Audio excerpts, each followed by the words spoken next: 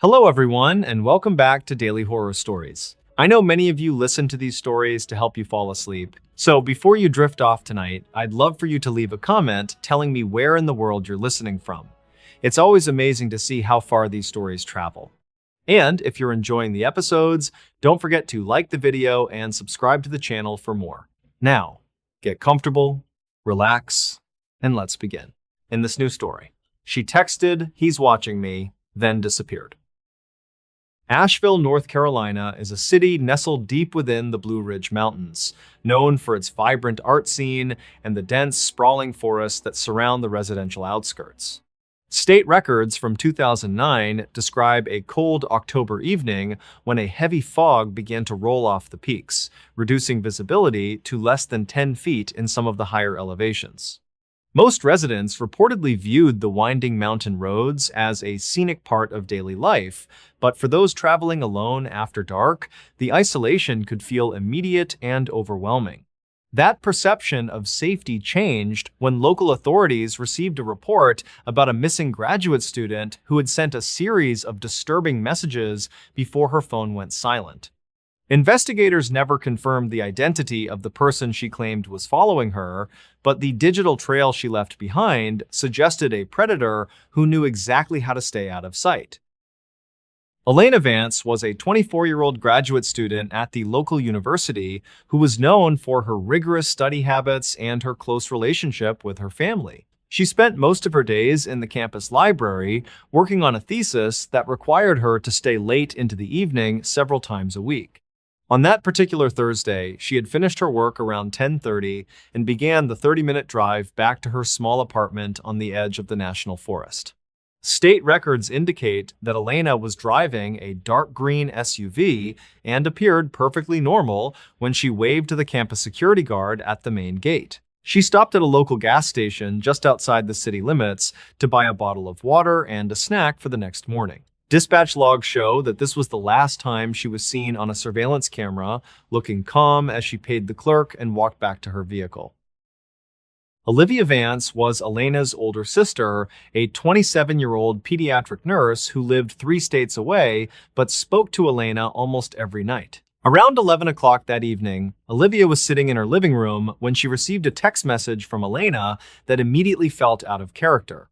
The message simply said that a white van had pulled out of the gas station behind her and was keeping a very specific distance between their cars. Olivia reportedly told her sister not to worry and to keep driving toward the more populated areas of the mountain road. However, Elena replied that the van had turned off its headlights while still staying directly behind her SUV in the darkness. County files from 2009 describe how Olivia grew increasingly frantic as she realized her sister was miles away from any help. The messages between the sisters became more frequent and desperate as Elena reached the higher, more isolated sections of the mountain pass. Elena texted that every time she sped up, the van behind her matched her speed, and every time she slowed down, it did the same without trying to pass. At 11:15, Elena sent a text that said, "He's watching me through the back window. I can see his silhouette when the moon hits the glass." Olivia reportedly called Elena's cell phone immediately, but the call went straight to voicemail, which was something Elena never allowed to happen. Investigators never confirmed if the phone had been manually turned off or if the battery had suddenly failed in the cold mountain air. Olivia waited 5 minutes before calling the Asheville Police Department to report that her sister was in imminent danger. The first responding officer was Deputy Silas Thorne, a 42-year-old veteran of the county sheriff's office who was familiar with the treacherous curves of that specific road. He began patrolling the route Elena would have taken, looking for any signs of a dark green SUV or a suspicious white van. State records indicate that the fog had become so thick by midnight that the deputy had to slow his patrol car to a crawl to avoid driving off the steep embankments. He found no signs of a struggle and no vehicles pulled over on the shoulders of the primary highway leading to Elena's apartment. Archived notes suggest that the deputy checked the local rest stops and scenic overlooks, but the parking lots were entirely empty and silent. It was as if Elena and her pursuer had simply vanished into the gray mist that clung to the pine trees. The following morning, a group of hikers discovered Elena's green SUV parked in the middle of a narrow fire road nearly 5 miles away from her intended route. The vehicle was still idling, and the driver's side door was standing wide open, allowing the freezing mountain air to circulate through the cabin. Investigators never confirmed why Elena would have turned off the main highway onto a gravel road that led deeper into the wilderness. Records conflict regarding the state of the interior, though some archive notes mention that Elena's purse and keys were still sitting on the passenger seat. There were no signs of broken glass or a physical struggle inside the car, which led some locals to claim that she might have been coerced into leaving the vehicle. A single footprint was found in the mud near the rear tire, but it didn't match the shoes Elena was wearing when she left the gas station. Dispatch logs from the search and rescue operation indicate that over 50 volunteers and 3 canine units were deployed to the area within hours of the discovery. The dogs reportedly picked up Elena's scent near the open door, but they lost the trail abruptly at the edge of a steep ravine about 50 yards from the car. Some locals claimed that the terrain was too difficult for a person to navigate in the dark without a flashlight, yet no flashlight was found in the SUV or on the ground. State records show that the search continued for 10 days, covering over 20 square miles of dense forest and rocky outcroppings. Investigators never confirmed any sightings of the white van that Elena had described in her final text messages to her sister. It seemed the vehicle had never entered any of the monitored intersections or passed by any other businesses with working cameras. Olivia Vance arrived in Asheville 2 days after the disappearance and spent her time reviewing the phone records and the texts her sister had sent. She noticed a final unsent message in Elena's outbox that had been composed at 11:23, just minutes before the phone lost power. The message was a blurry photo taken through the rearview mirror, showing a pair of headlights and the faint outline of a driver. Archive notes from 2009 describe how digital forensic experts tried to enhance the image, but the glare from the fog made it impossible to identify a face. Some investigators believed the headlights were too high off the ground to belong to a standard van, suggesting the vehicle might have been a larger truck or a modified SUV. Records conflict on whether this evidence was ever used to narrow down a list of potential suspects in the local area. During the investigation, detectives interviewed a 48-year-old mechanic named Arthur Penhaligon who worked at the gas station Elena had visited. He reportedly had a history of making female customers feel uncomfortable, but he had a solid alibi for the night Elena disappeared. State records indicate that Arthur was on a recorded landline call with his brother during the exact time Elena was being followed on the mountain road. Investigators never confirmed if he had any connection to the mysterious white van or if he had shared Elena's destination with anyone else. Archive notes suggest that the gas station's logbooks were missing several pages from that week, but the owner claimed it was due to a clerical error. The mechanic eventually moved out of the state, and he was never officially named as a suspect in the disappearance of Elena Vance. 3 years after the event, a county file from 2009 revealed that a similar incident had occurred on the same stretch of road back in the late 1970s. A young woman had reported being followed by a vehicle with its lights off, but she had managed to reach a ranger station before anything happened. Investigators never confirmed if there was a link between the two cases or if a single individual had been preying on travelers for decades. Some locals claimed that the mountains held dead zones where radio and cell signals were intentionally jammed, though no such devices were ever recovered. The case of Elena Vance remained cold, with no new leads or physical evidence surfacing despite the best efforts of the North Carolina State Bureau of Investigation. It's a chilling reminder that the vastness of the American wilderness can swallow a person whole, leaving only a few terrifying sentences behind.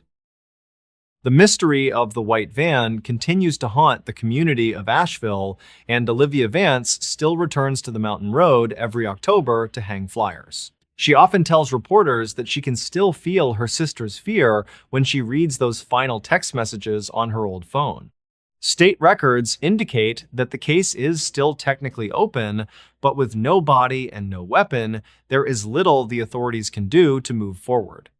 Investigators never confirmed the motive, but the calculated nature of the pursuit suggested someone who was very comfortable operating in the dark. Dispatch logs show that there have been 3 other reports of phantom vehicles in the area since 2009, but none have resulted in a disappearance. Some believe the person is still out there, waiting for the fog to roll in before they pick their next target on the winding mountain passes. Today, the green SUV sits in a police impound lot, a silent witness to whatever happened in the final moments of Elena's journey. The fire road where it was found has since been gated off by the Forest Service to prevent further incidents or unauthorized trespassing. People who hike in the area sometimes report hearing the sound of an idling engine in the distance, but when they go to investigate, there is nothing but the wind in the trees. Records conflict regarding whether Elena had any stalkers prior to that night, but her friends insisted she was a private person who kept to herself. Archived notes from 2009 remain the only official narrative of a night that began with a study session and ended with a desperate cry for help. We may never know what she saw in that rearview mirror or who was really watching her from the shadows of the Blue Ridge Mountains. The story of Elena Vance serves as a dark, cautionary tale for those who travel through the isolated regions of the United States. It highlights the vulnerability we all face when our technology fails, and we are left alone with our instincts in the middle of nowhere. Investigators never confirmed if the he in Elena's text was someone she recognized or a total stranger who happened to spot her at the gas station. The ambiguity of the evidence and the lack of a resolution continue to frustrate the family and the local detectives who worked the case. State records will forever hold the transcript of those final texts, a digital ghost of a woman who was just trying to get home. Every time the fog settles over the city of Asheville, the residents are reminded of the girl who was being watched, and the van that left no tracks is less than has hone. Zero hash is greater than. In a strange postscript to the investigation, a local hunter found a discarded metal thermos and a heavy work jacket near the ravine where the dogs had lost the scent. The items were weathered and had been exposed to the elements for years, making it difficult to extract any DNA or fingerprints. Investigators never confirmed if these items belonged to a suspect or if they were simply trash left behind by a previous hiker. However, the jacket had a small name tag on the inside that had been intentionally scratched out with a sharp object. Records conflict on whether this discovery was ever shared with the Vance family or if it was kept confidential for the sake of the ongoing inquiry. Some locals claimed the jacket looked like the ones worn by the maintenance crews who worked on the mountain power lines during the 1980s. The silence of the mountains is often interrupted by the stories of those who never came back from the peak.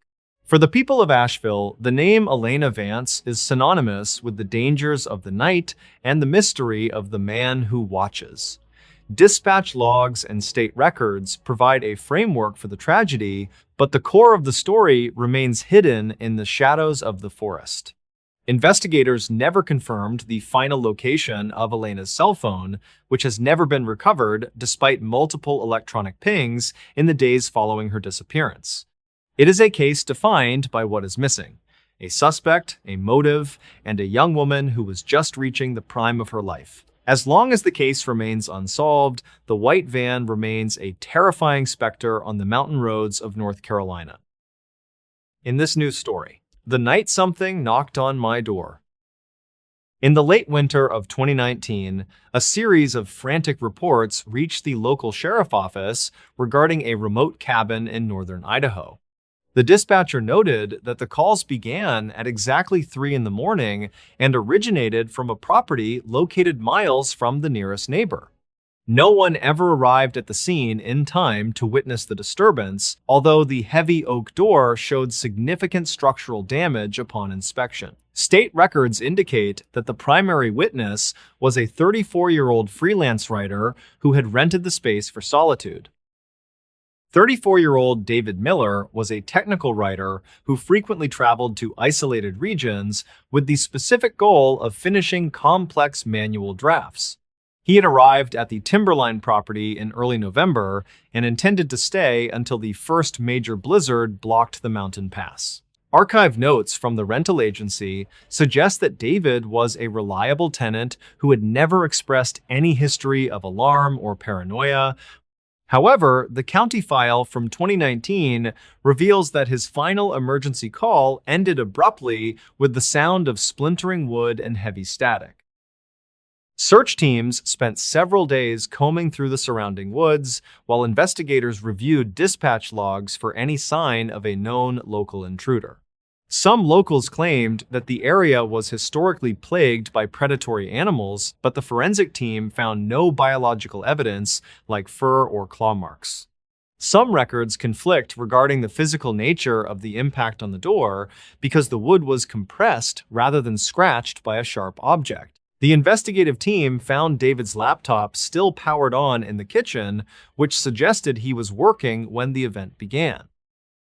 Investigators never confirmed the presence of a second party, although heavy footprints were noted in a supplemental report from 2020. The official narrative remains cold because the lack of fingerprints or DNA prevents the authorities from reaching a definitive or final conclusion regarding the identity. He was just one of several residents in the region who reported hearing rhythmic pounding that seemed to move from the walls to the roof. The mystery of his disappearance continues to haunt the mountain community as the archived notes sit in a secure facility. A secondary case from 2011 involved a 42-year-old night shift security guard named Kevin who lived in a nearby valley. He was reportedly found in a state of shock on his front porch after claiming that something had been tapping on his windows for hours. State records show that his home security system was active, but the cameras only captured a strange distortion of light during the incidents. His frantic description to the responding officers sparked a brief investigation into local pranksters, but resulted in no arrests or suspects. The archived notes from the scene mention a strange discovery of a heavy metal latch that had been bent outward from the exterior. Investigators never confirmed what kind of force would be required to deform industrial-grade steel without the use of heavy machinery or heat. Some locals claimed that they heard a low-frequency hum vibrating through the ground during the same week that Kevin was targeted. However, the dispatch logs from that night do not mention any seismic activity or industrial work being performed in that specific region. By the time the spring thaw arrived in 2020, the case was officially moved to an inactive status by the State Department. There was no sign of a struggle inside the cabin, and no indication that David had intended to leave his belongings behind so suddenly. The county file from 2009 mentions similar anomalies involving unexplained knocking in the same forest, which suggests a historical pattern of harassment. Families of the missing often return to the cabin site, hoping for a resolution that the official records cannot provide. In 2021, a group of campers discovered a discarded cell phone near a dry creek bed, but the hardware was severely corroded. State records confirm the device matched the model registered to David Miller, who had been missing for over 2 years by that time. Some records conflict on whether the phone was dropped during a flight or if it had been placed there deliberately by an unknown hand. Investigators never confirmed the contents of the final text messages, which leaves the true nature of the final minutes entirely unknown. The tragedy of these cases lies in the silence that follows the initial search efforts and the lack of physical closure for the relatives. Every year, the brush grows thicker, and the chances of finding any remains or evidence diminish with every passing winter storm cycle. Reportedly, the authorities have stopped responding to noise complaints in that specific sector due to the lack of actionable evidence and high cost. The truth remains buried under layers of forest floor and the weight of official documents that offer no real answers to the public.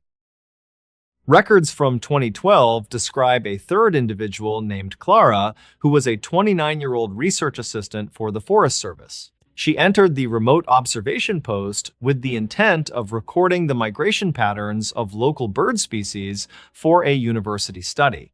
State records indicate she checked in via radio every evening until a Tuesday in mid-October when the signal suddenly went dead. Her living quarters were found in perfect order with a warm cup of coffee still sitting on the desk next to her logs.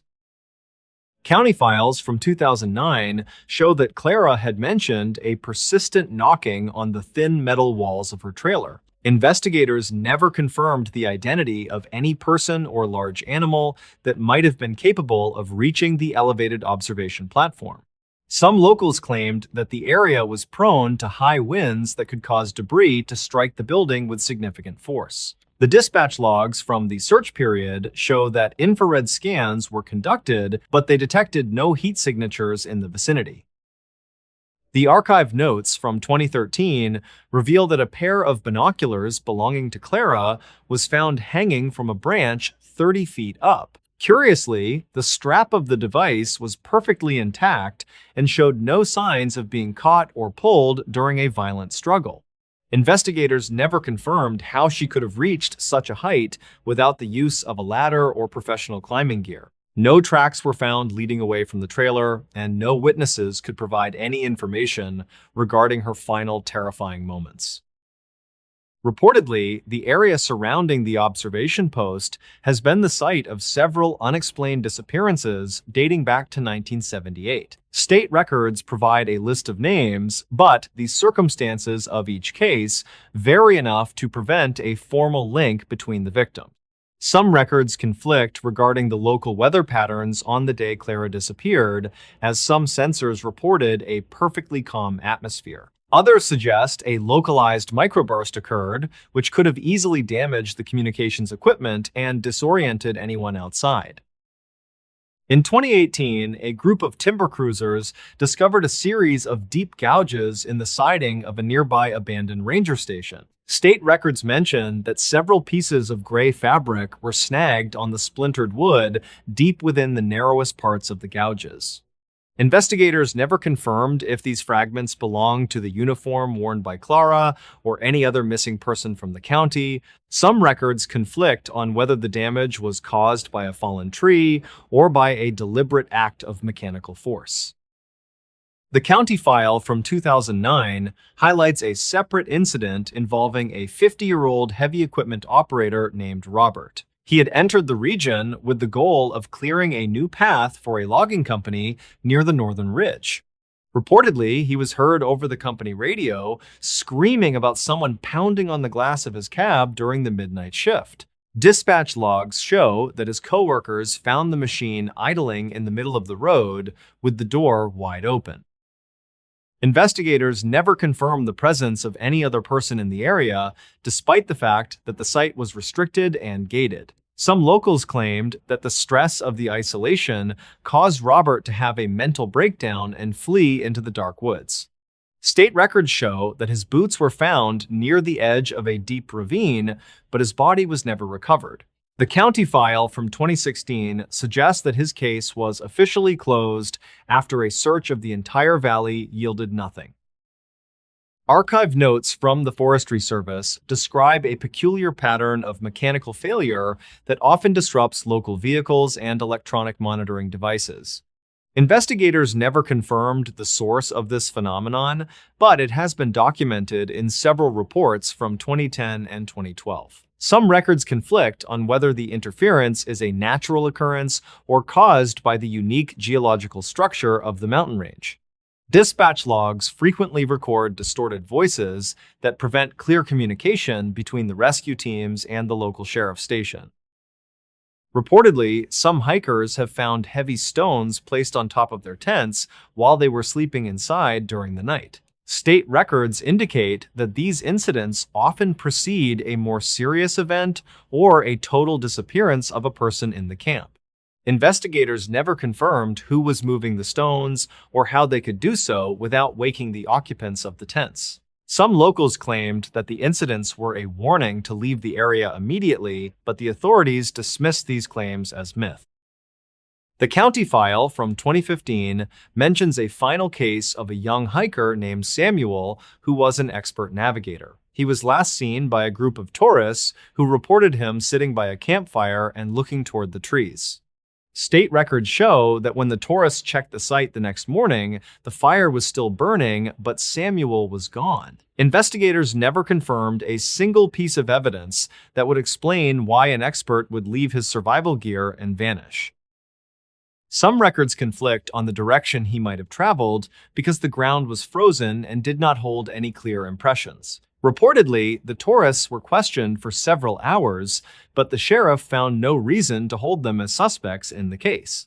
Dispatch logs from 2015 indicate that a canine team was deployed, but the dogs refused to enter the dense thicket.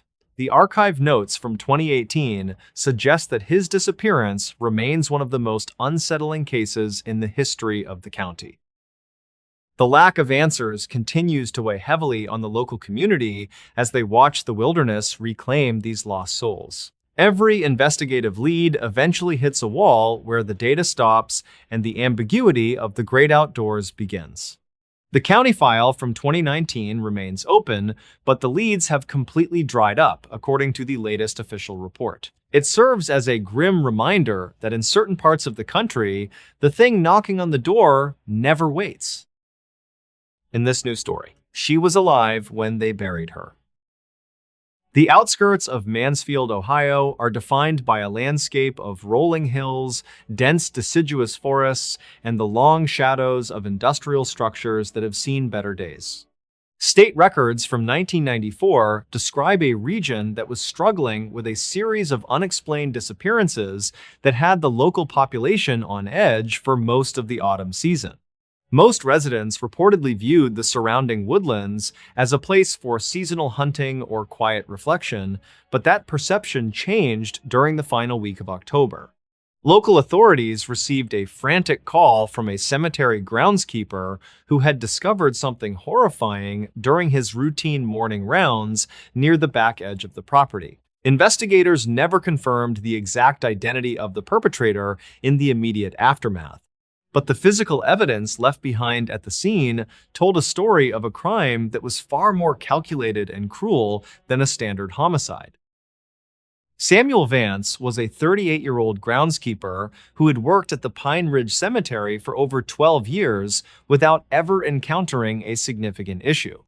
He was known as a meticulous man who took great pride in the upkeep of the historic graves and the winding gravel paths that snaked through the older sections of the yard. On this particular morning, the frost was heavy on the grass and a thick layer of fog clung to the low-lying areas near the creek bed. State records indicate that Samuel was driving his small utility tractor toward the northern perimeter to clear away some fallen branches when he noticed a patch of freshly turned earth. This specific area was not scheduled for any new burials, and the soil looked uneven, as if it had been moved in a great hurry during the dark hours of the night. Samuel reportedly felt a sense of unease as he stepped off his tractor and approached the disturbed ground with a handheld shovel. The soil in this part of Ohio is heavy with clay, making it difficult to dig without specialized equipment, yet someone had managed to create a shallow depression nearly 6 feet long. County files from 2009 describe how the groundskeeper noticed a corner of blue fabric poking through the dirt barely an inch below the surface. He stopped digging immediately and used his radio to contact the main office, requesting that they notify the county sheriff as soon as possible. Investigators never confirmed what Samuel was thinking during those quiet minutes while he waited for the police to arrive, but he later told reporters that the air felt unnaturally still near that patch of earth. Detective Laura Bennett was a 45-year-old investigator with the Richland County Sheriff's Department who had seen her fair share of tragedy during her 20-year career. She arrived at the cemetery shortly after 9 o'clock and ordered the area to be cordoned off with yellow tape before any further excavation took place. State records indicate that the detective noted the lack of footprints in the surrounding frost, suggesting the person who moved the dirt had been very careful to obscure their tracks. As the forensic team began to carefully remove the layers of clay and silt, they uncovered the body of a young woman who appeared to be dressed for a night out. Archive notes suggest that the victim was lying on her side, a detail that struck the investigators as highly unusual for a clandestine burial. The victim was soon identified as Clara Sterling, a 29-year-old librarian from a nearby town who had been reported missing by her roommate 3 days earlier. Clara was described by friends as a reliable and cautious person who rarely took risks and always kept her family informed of her whereabouts. On the night she disappeared, state records indicate that she had left work at 5 o'clock and stopped at a local grocery store before seemingly vanishing into the autumn twilight. Investigators never confirmed if she had been followed from her workplace or if she had encountered her attacker at a random location along her usual route home. Dispatch logs from that evening show no reports of a struggle or any suspicious vehicles parked near the library or her apartment complex. The initial medical examination of Clara Sterling revealed a series of findings that would eventually lead to the most disturbing realization in the history of the county. While there were bruises on her wrists and ankles suggesting she had been restrained, there were no fatal wounds or signs of internal trauma that would explain her death. State records indicate that the medical examiner found a significant amount of fine dirt and clay particles inside her lungs and windpipe, a discovery that sent a shockwave through the investigative team. This physical evidence suggested that Clara had been inhaling the soil while it was being shoveled over her body in the shallow grave. Investigators never confirmed exactly how long she had been unconscious before the burial began, but the data suggested she was very much alive when the first layer of earth hit her face. County files from 2009 detail the autopsy findings, which mentioned that Clara's fingernails were heavily damaged and contained traces of the same clay found in the grave. This led to the harrowing conclusion that she had regained consciousness after being buried and had spent her final moments trying to claw her way through the heavy Ohio soil. Records conflict regarding the estimated depth of the dirt above her, but most forensic experts agreed that the weight of the wet clay would have made it impossible for an average person to move. Some locals claimed that the perpetrator must have known the soil conditions well enough to realize that Clara would be trapped without any hope of escape. The sheer cruelty of leaving someone to wake up in total darkness beneath the earth was something the detectives struggled to comprehend during the early stages of the case. As the investigation into Clara Sterling's life deepened, Detective Bennett began to look at the people she had interacted with in the weeks leading up to her disappearance. State records show that Clara had recently ended a brief relationship with a 32-year-old man named Thomas Miller, who worked as a heavy equipment operator for a local construction firm. Thomas reportedly had a history of possessive behavior and had been seen parked outside Clara's apartment on at least 2 occasions after their breakup. Investigators never confirmed his whereabouts for the night of the disappearance, as Thomas claimed he was at a bar in a neighboring county where no one could specifically vouch for his timeline. Archive notes from 2009 suggest that his knowledge of digging and soil types made him a person of significant interest to the sheriff's department. Thomas Miller was brought in for questioning several times, but he remained remarkably calm and cooperative throughout the entire process. He insisted that he had nothing to do with Clara's death and that he had been trying to move on with his life after she ended their relationship. State records indicate that his vehicle, a dark gray pickup truck, was searched by forensic technicians who found traces of clay on the floorboards and in the bed of the truck. However, the clay was so common in the Mansfield area that it was impossible to definitively link it to the specific soil found at the Pine Ridge Cemetery. Investigators never confirmed if they had enough evidence to secure a warrant for his arrest, and the case began to stall as no direct witnesses to the kidnapping came forward. Dispatch logs from the week of the disappearance were reviewed once again, and a small, overlooked detail began to emerge from the archives.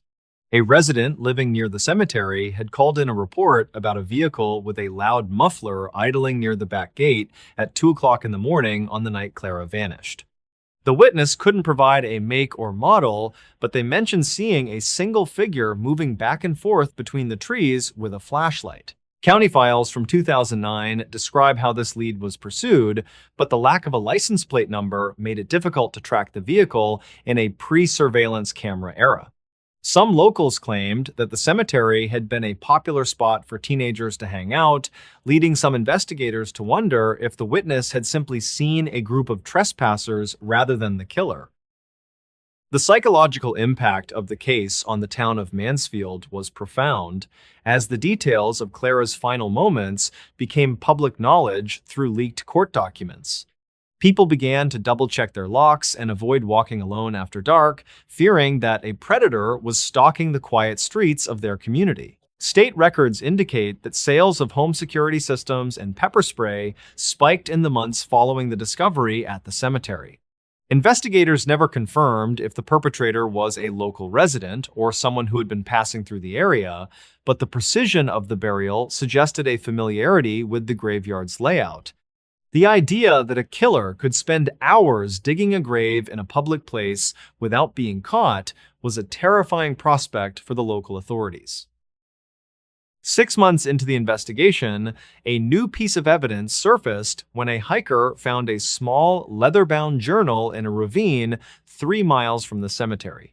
The journal belonged to Clara Sterling and contained entries that described a series of strange phone calls she had been receiving at her workplace. State records show that Clara had never mentioned these calls to her roommate or the police, possibly because she didn't want to appear paranoid. The entries described a man who would call and stay silent for several minutes, breathing heavily before hanging up without saying a word. Archive notes from 2009 suggest that these calls started approximately 3 weeks before her disappearance and increased in frequency as the days went by. Investigators never confirmed the origin of the calls, as the technology to trace them in 1994 was limited, and the library's phone system did not keep detailed logs. The journal also mentioned a specific encounter Clara had at a local park where a man in a white sedan had stopped to ask her for directions. She noted that he seemed overly friendly and tried to keep her talking for much longer than was necessary for a simple navigational question. Records conflict on whether this man matched the description of Thomas Miller or any other known associates of the victim. County files from 2009 describe how detectives attempted to locate the white sedan, but the description was too generic for a town where hundreds of similar vehicles were registered. Some investigators believed that this man might have been a different predator altogether, one who was hunting for a specific type of victim rather than targeting Clara for personal reasons. Detective Bennett remained convinced that the key to the case lay within the cemetery itself and the specific way the grave had been prepared. She consulted with a forensic geologist who analyzed the layers of soil found on Clara's clothing and compared them to the site. The geologist noted that the grave had been dug in a way that bypassed the rocky upper crust of the soil, targeting a pocket of softer clay that would be easier to move quickly. State records indicate that this suggested the killer had either scouted the location beforehand or had prior knowledge of the cemetery's geology. Investigators never confirmed if any former employees of the cemetery had been screened for a connection to the crime. Archive notes suggest that several seasonal workers had been fired for various infractions in the years prior, but none of them had a history of violent behavior. The case of Clara Sterling eventually went cold as the years passed, and no new physical evidence was discovered to link a suspect to the scene. Thomas Miller eventually moved out of state and was never heard from again, though he remained a person of interest in the eyes of the local sheriff's department. State records show that the file was reviewed every 5 years, but the lack of DNA evidence from the crime scene made it difficult to utilize modern forensic techniques. In 1994, the preservation of touch DNA was not a standard practice, and much of the evidence had been contaminated during the initial excavation. Investigators never confirmed if the killer had intended for Clara to wake up underground or if they simply thought she was already dead when they covered her with the earth. Today, the back edge of the Pine Ridge Cemetery is a quiet and overgrown area that is rarely visited by the public or the groundskeeping staff. A small, unofficial memorial marker was placed near the site by Clara's family, but it has since been weathered by the harsh Ohio winters. People who live near the cemetery sometimes report seeing lights moving through the trees late at night, but these reports are usually dismissed as light reflections from the nearby highway. Records conflict on whether any other similar crimes have occurred in the region since 1994, but the memory of the girl who was buried alive continues to linger in the local lore. Some believe that the killer is still out there, living a normal life, while the truth remains buried beneath the clay of Mansfield. In 2009, a review of the county files revealed a startling detail that had been buried in the original witness statements from the groundskeeper. Samuel Vance had mentioned finding a small, rusted bell lying near the edge of the grave, but it had been dismissed as a piece of trash at the time. State records indicate that the bell was similar to those used in the 19th century as safety coffins for people who feared being buried alive. Investigators never confirmed if the bell was an intentional placement by the killer as a morbid joke, or if it was a historical artifact that had been churned up by the digging. The presence of the bell added a layer of psychological horror to the case that suggested a deep, dark obsession with the theme of premature burial. It remains one of the most chilling and unexplained aspects of the entire investigation. The story of Clara Sterling is often cited in criminal justice courses in Ohio as an example of the limitations of forensic science in the late 20th century. It highlights the importance of preserving the crime scene and the tragic consequences when the perpetrator is one step ahead of the investigators. State records for the case remain open, and the Richland County Sheriff's Department still accepts tips from the public regarding any information related to the white sedan or the silent phone calls. Investigators never confirmed the motive, but the legacy of the case is a reminder that the most terrifying monsters are often the ones who walk among us without making a sound. The silence of the grave is the only thing that remains for certain in the mystery of Mansfield. In this new story, the woods of Virginia took them one by one. In the spring of 2011, 3 experienced hikers entered a remote stretch of forest in Western Virginia and did not return on schedule. What began as a routine long weekend excursion slowly shifted into a coordinated search documented in dispatch logs, archived notes, and county files from 2011. There were no early weather advisories and no criminal alerts issued in surrounding jurisdictions. Yet, within 4 days, the timeline narrowed into a pattern investigators never fully reconciled. Daniel Mercer was 34 years old and worked as a licensed physical therapist in Roanoke. Colleagues described him as methodical and physically disciplined, someone who relied heavily on planning and routine.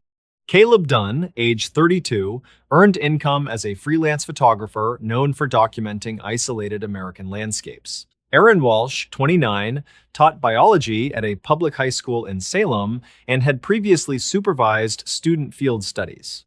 Each had hiked portions of the George Washington and Jefferson National Forests in prior seasons. Archive notes indicate the trip had been discussed for several months before departure. The group planned a 4-day loop beginning near Covington, following ridgelines south before descending into narrow valleys and circling back toward their vehicle.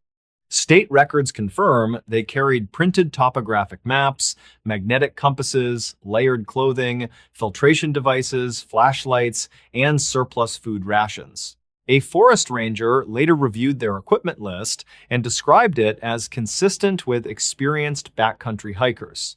Nothing in the initial assessment suggested negligence. On Friday morning, they signed a voluntary trail register at a small ranger station outside Covington. Daniel wrote their names and expected return date in steady handwriting. Weather reports archived from that weekend described stable conditions with light winds and mild temperatures. Throughout the afternoon, family members reportedly received brief updates confirming steady progress.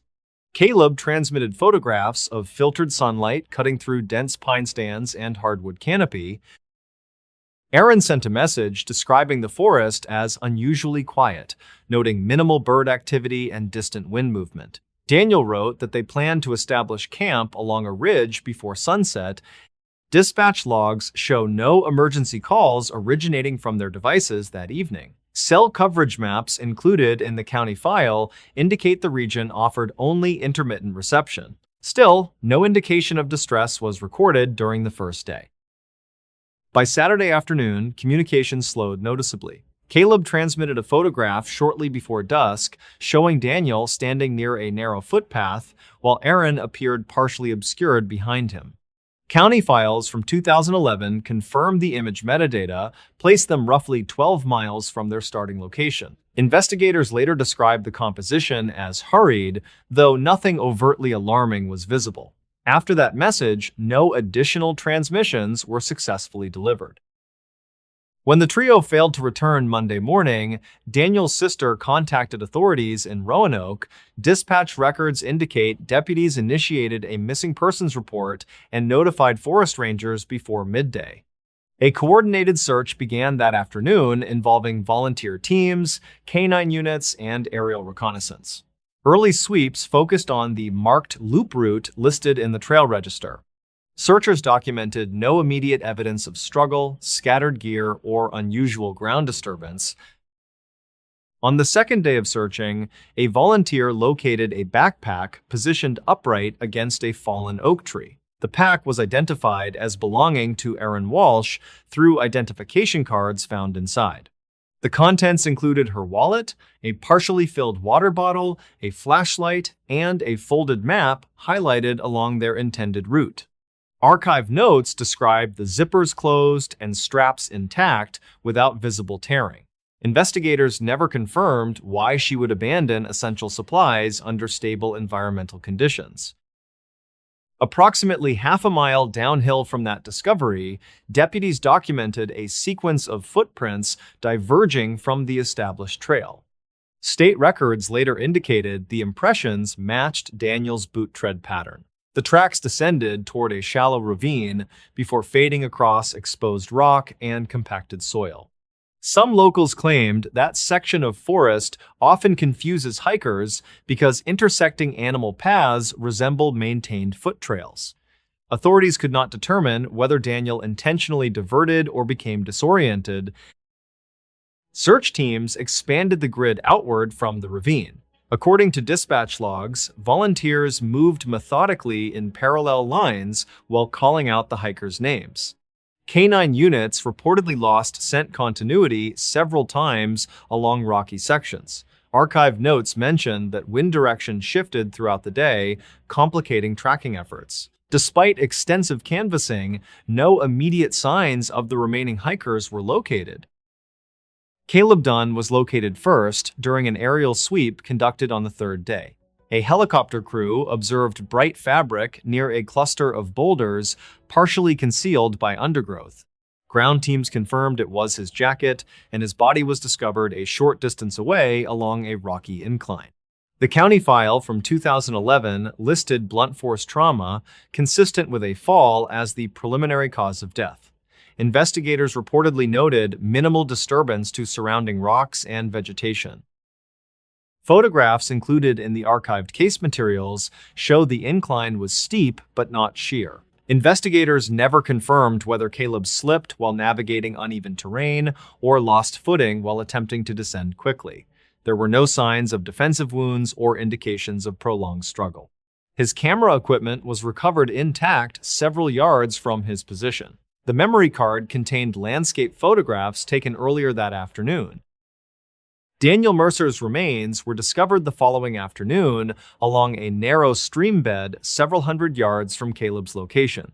He was positioned face down in shallow water, measuring only a few inches deep. Archive notes describe no external trauma beyond minor abrasions consistent with travel through brush. The medical examiner listed drowning as the official cause of death. Records conflict regarding whether intermittent rainfall may have temporarily increased the stream depth overnight. Investigators reviewed the proximity between Daniel and Caleb's recovery sites. According to state records, the distance suggested separation rather than a single shared incident. Some search personnel reportedly speculated that confusion or panic may have contributed to their movements. However, no written statements from the hikers were recovered to clarify intent. The official file contains no evidence of third-party involvement. With 2 members recovered, search operations shifted entirely toward locating Aaron Walsh. Extended efforts continued across adjacent ridgelines, drainage corridors, and heavily wooded slopes. Tracking dogs followed intermittent scent trails that occasionally circled back toward the abandoned backpack site. Dispatch logs document several hikers reporting faint calls for help during early evening hours. Investigators never confirmed those reports as credible or directly linked to the missing teacher. Several days into the extended search, a ranger discovered a small campsite deeper within the forest boundary. An emergency blanket had been secured between saplings to form a low protective shelter against wind and precipitation. Nearby, remnants of a fire ring contained ash and partially burned twigs arranged in deliberate alignment. State records confirm Aaron's fingerprints were identified on a metal cooking cup recovered at the site.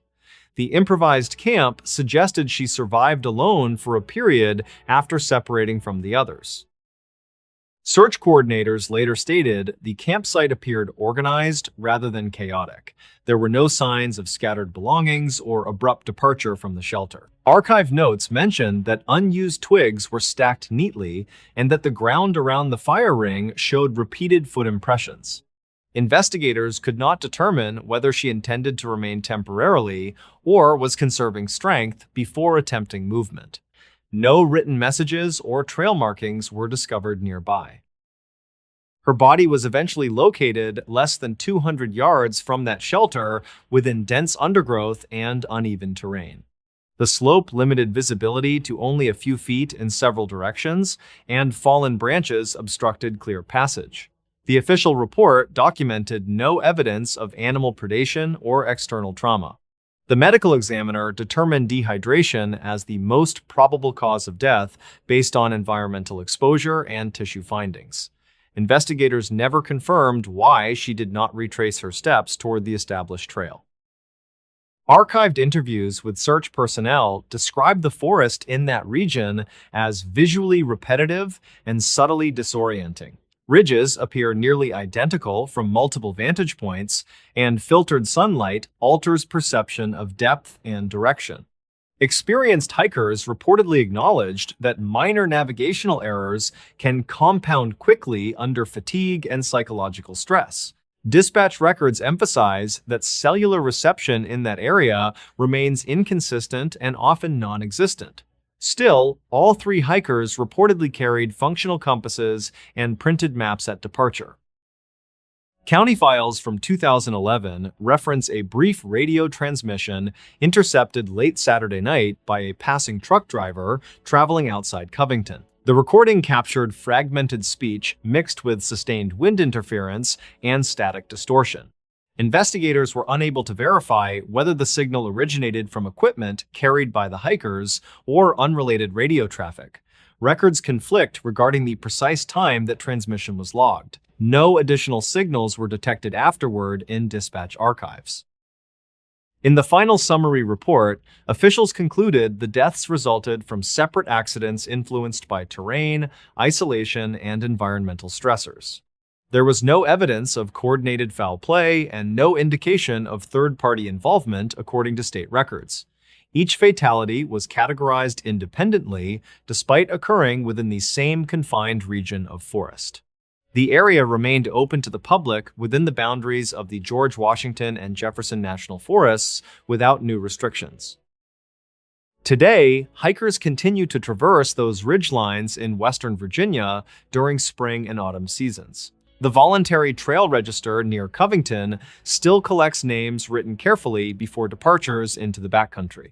Weather patterns remain generally mild during comparable months, and official safety guidance has not changed since 2011. Yet for those who reviewed archived notes, dispatch logs, and conflicting timestamps, the compressed sequence remains unsettled. Over 4 days in 2011, the woods of Virginia took them one by one.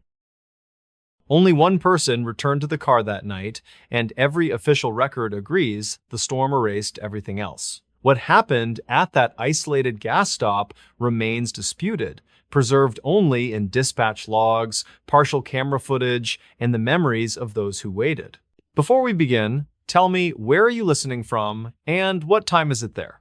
Rory Bell was 32 and worked maintenance for a regional rail yard that operated without pause for weather or holidays. He finished an unexpected overtime shift just after dusk, with snow already climbing the chain link fencing around the yard. With him were Lisa Quinn, who was 28 and managed shift scheduling at the same facility, and Merrick Doyle, who was 35 and inspected incoming freight cars. They had carpooled for months during storm season to cut fuel costs. The plan for the night was ordinary and practical by every account: reach the river town before road crews shut the highway down completely. Their sedan was already running low after the extended shift hours stretched far past schedule. The low fuel warning chimed just past the county line marker.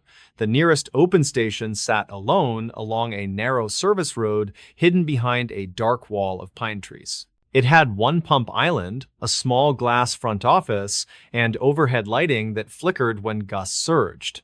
Snow moved sideways across the lot in dense, fast-moving curtains that reduced depth perception. They pulled in at 8:14 according to dispatch time, later verified through the station power record and a distant traffic camera 1 mile west. The storm was accelerating rapidly as they stopped beneath the canopy. Rory stayed in the driver's seat with the engine running to keep heat circulating through the vents and defroster.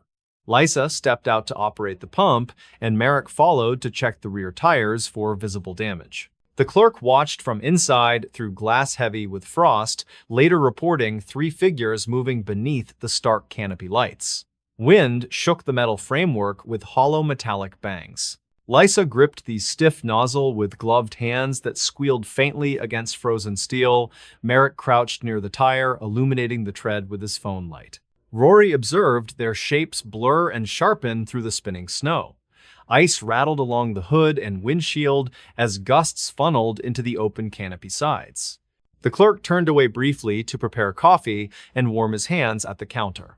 That short moment later became one of the most examined details in the entire investigation. Rory told investigators he glanced down at his phone to confirm a work logistics message that could not wait.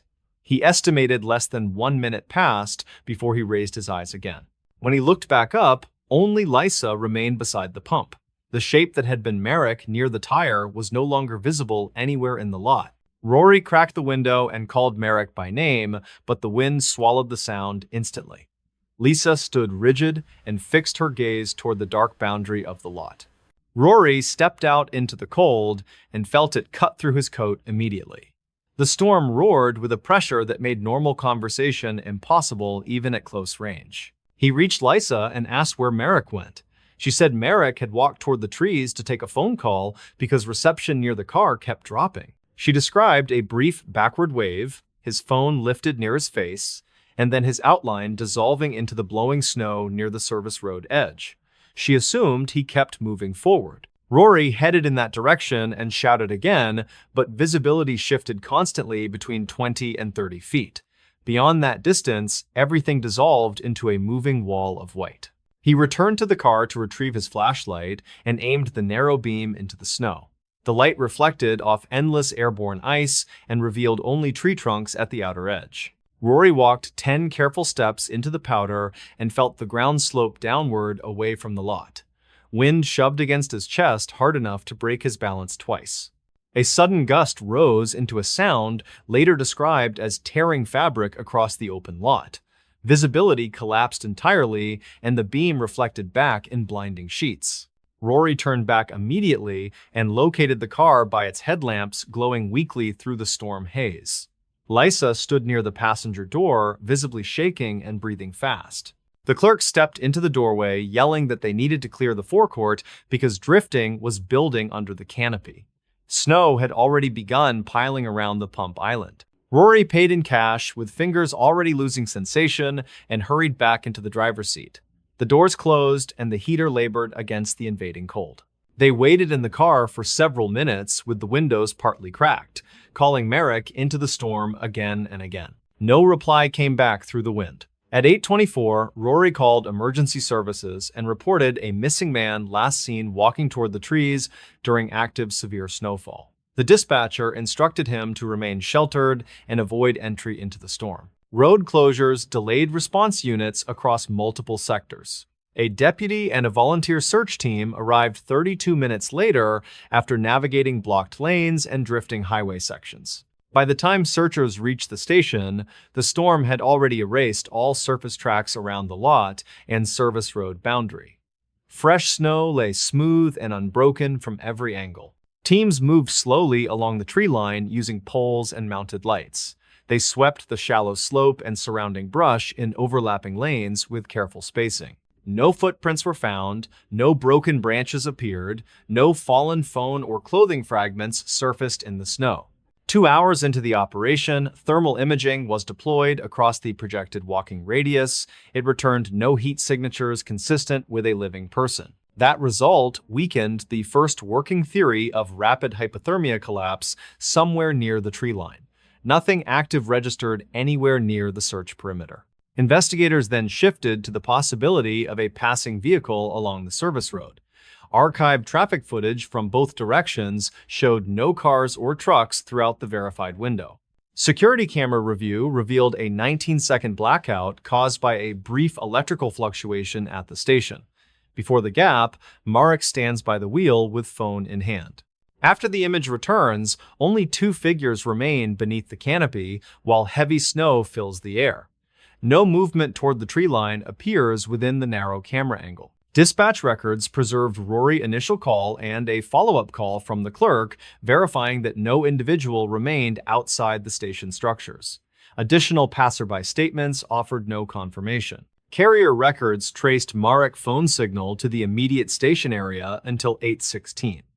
After that final data point, the device transmitted nothing and was never recovered. Search coordination expanded outward along the service road and into frozen drainage culverts guided by terrain analysis and walking range estimates. All assigned grids returned negative results. Helicopter assistance was considered but canceled due to zero visibility and dangerous crosswinds. Ground teams continued until early morning when conditions finally eased. As daylight broke, new crews resumed the search with fresh eyes and full visibility. The snowstorm had left the woods silent and heavily buried. The trees stood locked in ice, branches bowed and rigid, with no visible passageway between them. Every step taken by searchers cracked the crust with a hollow sound. Rory and Lisa were interviewed separately over several days in controlled sessions. Their timelines aligned closely, though Lisa admitted she never physically saw Merrick enter the tree line itself. She stated that her assumption formed during a moment of stress and limited visibility. Investigators found no evidence directly contradicting her statement. Rory admitted that he blamed himself for checking his phone at the wrong moment. He repeated several times that he believed Merrick was only steps away when he looked down. During terrain review, an old shallow excavation was located near the slope edge, concealed by evergreen brush and snowpack. It remained dry and showed no signs of recent disturbance. Ground penetration scans revealed minor hollow pockets beneath hardened drift layers. None indicated recent collapse capable of concealing a person beneath the surface. Crews also examined an abandoned logging trail that ran deeper into the woods beyond the immediate tree line. That trail was completely buried and showed no disturbance. Weeks later, during seasonal thaw, a single boot imprint appeared near a melt channel at the edge of the lot. The toe orientation aimed generally toward the trees. Weather logs confirmed fresh accumulation buried the area less than 1 hour after the station stop. The print size aligned with Merrick footwear range, but lacked confirmatory tread damage. No second track of the same depth layer could be isolated in surrounding melt zones. Freeze-thaw cycles had softened all adjacent impressions beyond usable comparison. Personal history checks revealed no financial distress, no unresolved conflicts, and no indication that Marek intended to disappear. His phone records showed only routine contacts. Family members described him as cautious in winter conditions and unlikely to enter the trees without clear reason. That made his disappearance even harder to reconcile. With no physical body, no evidence of vehicular involvement, and no verified trail, the case entered cold status within the same winter season. Merrick Doyle was officially classified as missing under hazardous weather conditions. Rory left the rail yard within 6 months and relocated to a southern state.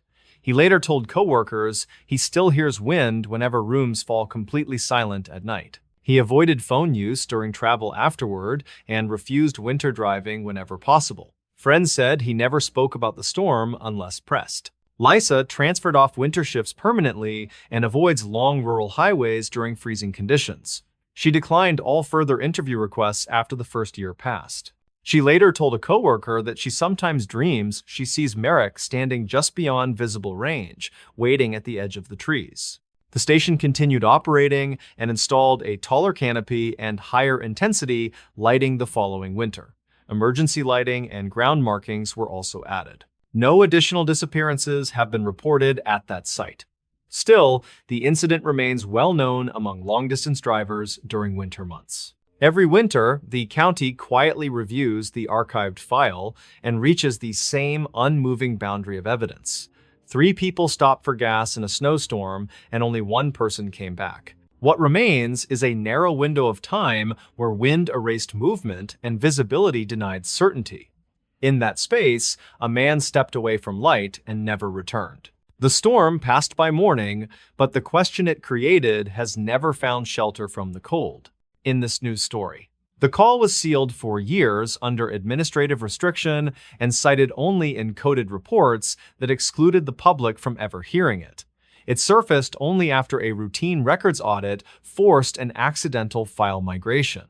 On Christmas Eve of 2011, emergency dispatch operations in the small rural county were already strained by weather-related accidents and stranded motorists. Snow moved in uneven bands across open farmland and tree-dense back roads. At 7:51 that evening, a call appeared from a prepaid mobile phone with no registered owner attached to the account. Signal analysis placed the caller near a remote county road that cut through wooded property. The caller identified herself as a babysitter named Callie Renner and requested immediate police assistance for suspicious activity. Records later confirmed she was 21 and enrolled at a nearby community college. She said she was watching 2 children at a rented farmhouse while the parents attended a charity event in a neighboring town. The address matched a seasonal rental used only a few times each winter. At the start of the call, her voice sounded steady but strained beneath carefully controlled breathing. She reported persistent knocking at the back door and movement near the tree line behind the house. The dispatcher asked if anyone else was inside the home with her at that moment. Callie confirmed both children were upstairs asleep and that she was alone on the main floor. She added that the property owner had warned about occasional trespassers during hunting season, but claimed they usually left when ignored. The knocking had continued without pause for several minutes. The dispatcher instructed her to secure all doors and windows and then move to a locked room with the children if possible. Callie replied that every visible entrance was already locked. During the call, faint, dull impacts were audible in the background at irregular intervals. Callie described the sound as slow, heavy knocks rather than quick tapping. She moved carefully through the house while staying on the line and checking the front door and side windows one at a time. Snow could be faintly heard crunching outside through the insulated glass. When she reached the rear of the house, her breathing altered and became uneven with rising tension. She said she could see shadows crossing the snow near the tree line beneath a motion light. The dispatcher asked how many figures she could see through the drifting snowfall. Callie hesitated and said she could not tell clearly because the visibility kept shifting. She was told to move away from the back entrance immediately and remain on the phone without interruption. The dispatcher advised that deputies were already being routed toward her location. At 8:02, Callie whispered that the back door handle had begun to move slowly.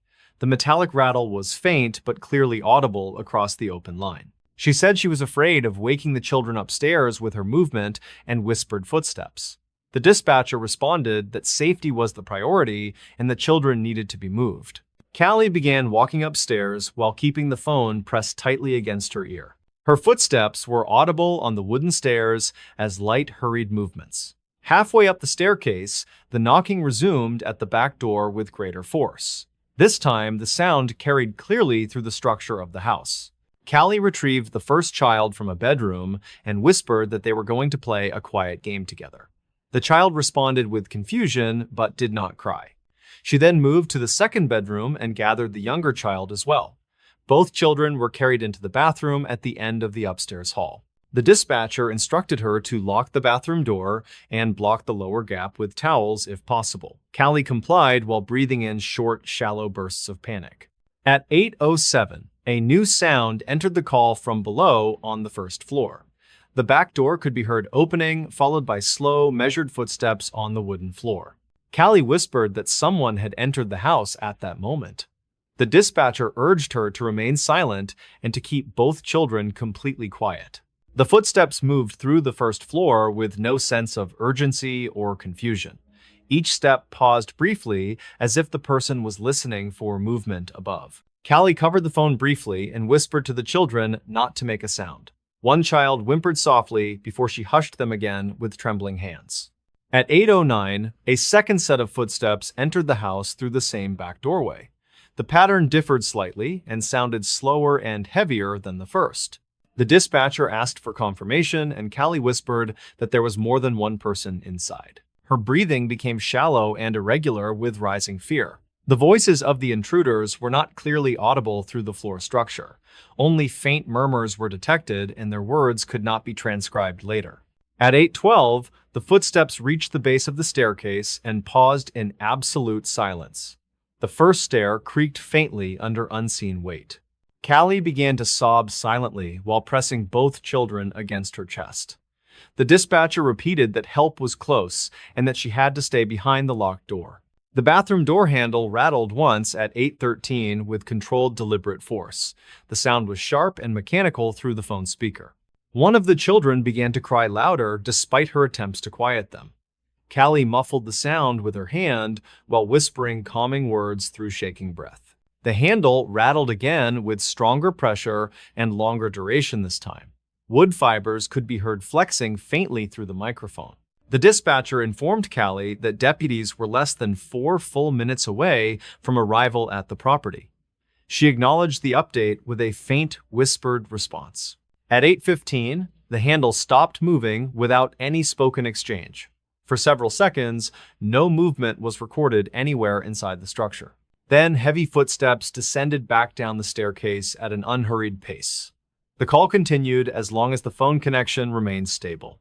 Callie stayed silent while holding the children close against her body. Only her breathing could be heard beneath faint static on the open line. At 8:17, a loud impact sounded on the first floor, followed by the break of glass. The dispatcher asked what had occurred. Callie whispered that the living room window had been broken inward with force. She said she could hear snow being carried across the floor. At 8:19, the intruders moved back toward the staircase with faster movement. Their steps no longer hesitated with careful pacing. The dispatcher urged Callie to remain quiet and stay locked in place without speaking. Distant sirens became faintly audible across the call recording. The footsteps paused on the stair landing once again in heavy silence. A light tapping touched the ceiling above the bathroom and produced a hollow echo. At 8:21, the bathroom door handle was tested again with sustained pressure. Callie pressed her full weight against the door in response. The older child tried to speak before she covered their mouth again. Her breathing became loud through suppressed panic. The handle twisted to its locked limit and held there for several seconds without movement, then the pressure ceased without explanation. Footsteps receded back down the stairs at a measured pace. The dispatcher instructed Callie to remain where she was until officers announced their presence. At 8:24, multiple voices were heard on the call, issuing loud verbal commands. The intruders fled through the shattered living room window. Deputies entered the home less than 1 minute later and secured each room methodically. They found no other individuals inside the structure.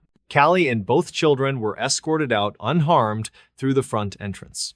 All exterior doors remained locked except for the broken living room window. No suspects were located during the initial perimeter sweep of the surrounding woods. Fresh footprints were visible in the snow but dispersed near the tree line. The parents returned under police escort later the same evening. They confirmed nothing of value had been taken and no prior threats had been received. The official report classified the incident as attempted burglary involving unknown suspects. No clear motive for the delayed intrusion was ever identified. Audio analysts later reviewed the complete call and noted several procedural anomalies. The intruders never rushed and never attempted forced entry into the bathroom. The dispatcher behavior was also quietly flagged for internal review. Certain procedural statements required by policy were missing from the recorded response. Within 36 hours, the entire audio file was sealed under administrative restriction. Callie was advised not to speak publicly about the incident. She relocated out of the county within several weeks of the event and declined all further interviews afterward. Her later whereabouts were kept confidential. For more than a decade, the call existed only as a numeric reference within internal records.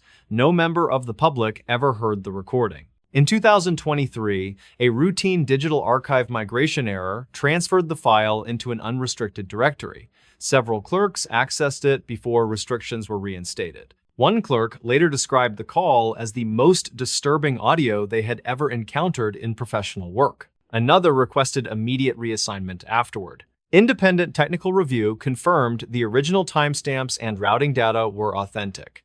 The dispatcher identity was verified and unchanged. What disturbed analysts most was a faint sound that appeared repeatedly in the background of the call. It did not match wind or footsteps. The sound resembled low, rhythmic breathing that was not produced by Callie. It appeared to originate near the phone for several intervals. No explanation for that sound was documented in any formal report. The dispatcher never acknowledged it during the incident. The parents sold the farmhouse within the following 2 calendar years. They also requested demolition of the rear structure due to repeated damage claims. Callie never returned to the county after the incident. Her last known address placed her several states away under a married surname. The children grew up with no public awareness of the recorded event. Their identities remained protected under sealed juvenile documentation. To this day, the full call remains classified in official archive systems. Only a partial redacted transcript was released through the records audit. The remainder of the audio was declared exempt under personal safety protection standards. It has never been publicly played. It was never supposed to be released at all. What still unsettles those who reviewed the recording is not the moment officers arrived and secured the house. It is the long stretch of minutes before that when unknown figures moved through the rooms without urgency or clear intent. Outside, the storm masked every sound beneath falling snow and shifting wind.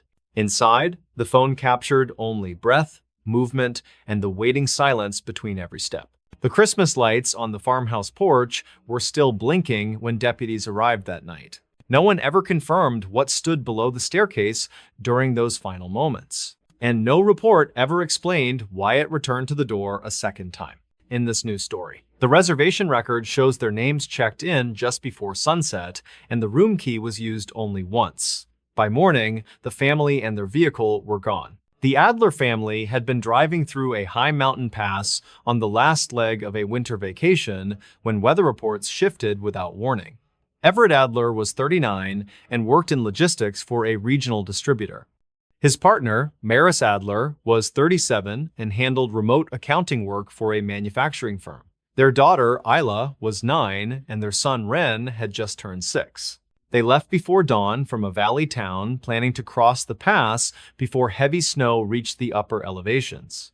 For the first several hours, the drive remained clear and uneventful. By early afternoon, the sky darkened and uneven sheets of cloud and wind began pushing snow sideways across the road. Everett slowed the family van as visibility dropped and traffic thinned to almost nothing. Cellular reception faded in long, unpredictable intervals. Road crews were no longer visible along the route by mid-afternoon. By the time the warning signs for seasonal closures appeared through the snow haze, the pass ahead was already being locked down. The last marked exit led toward a small cluster of buildings tucked into the mountainside.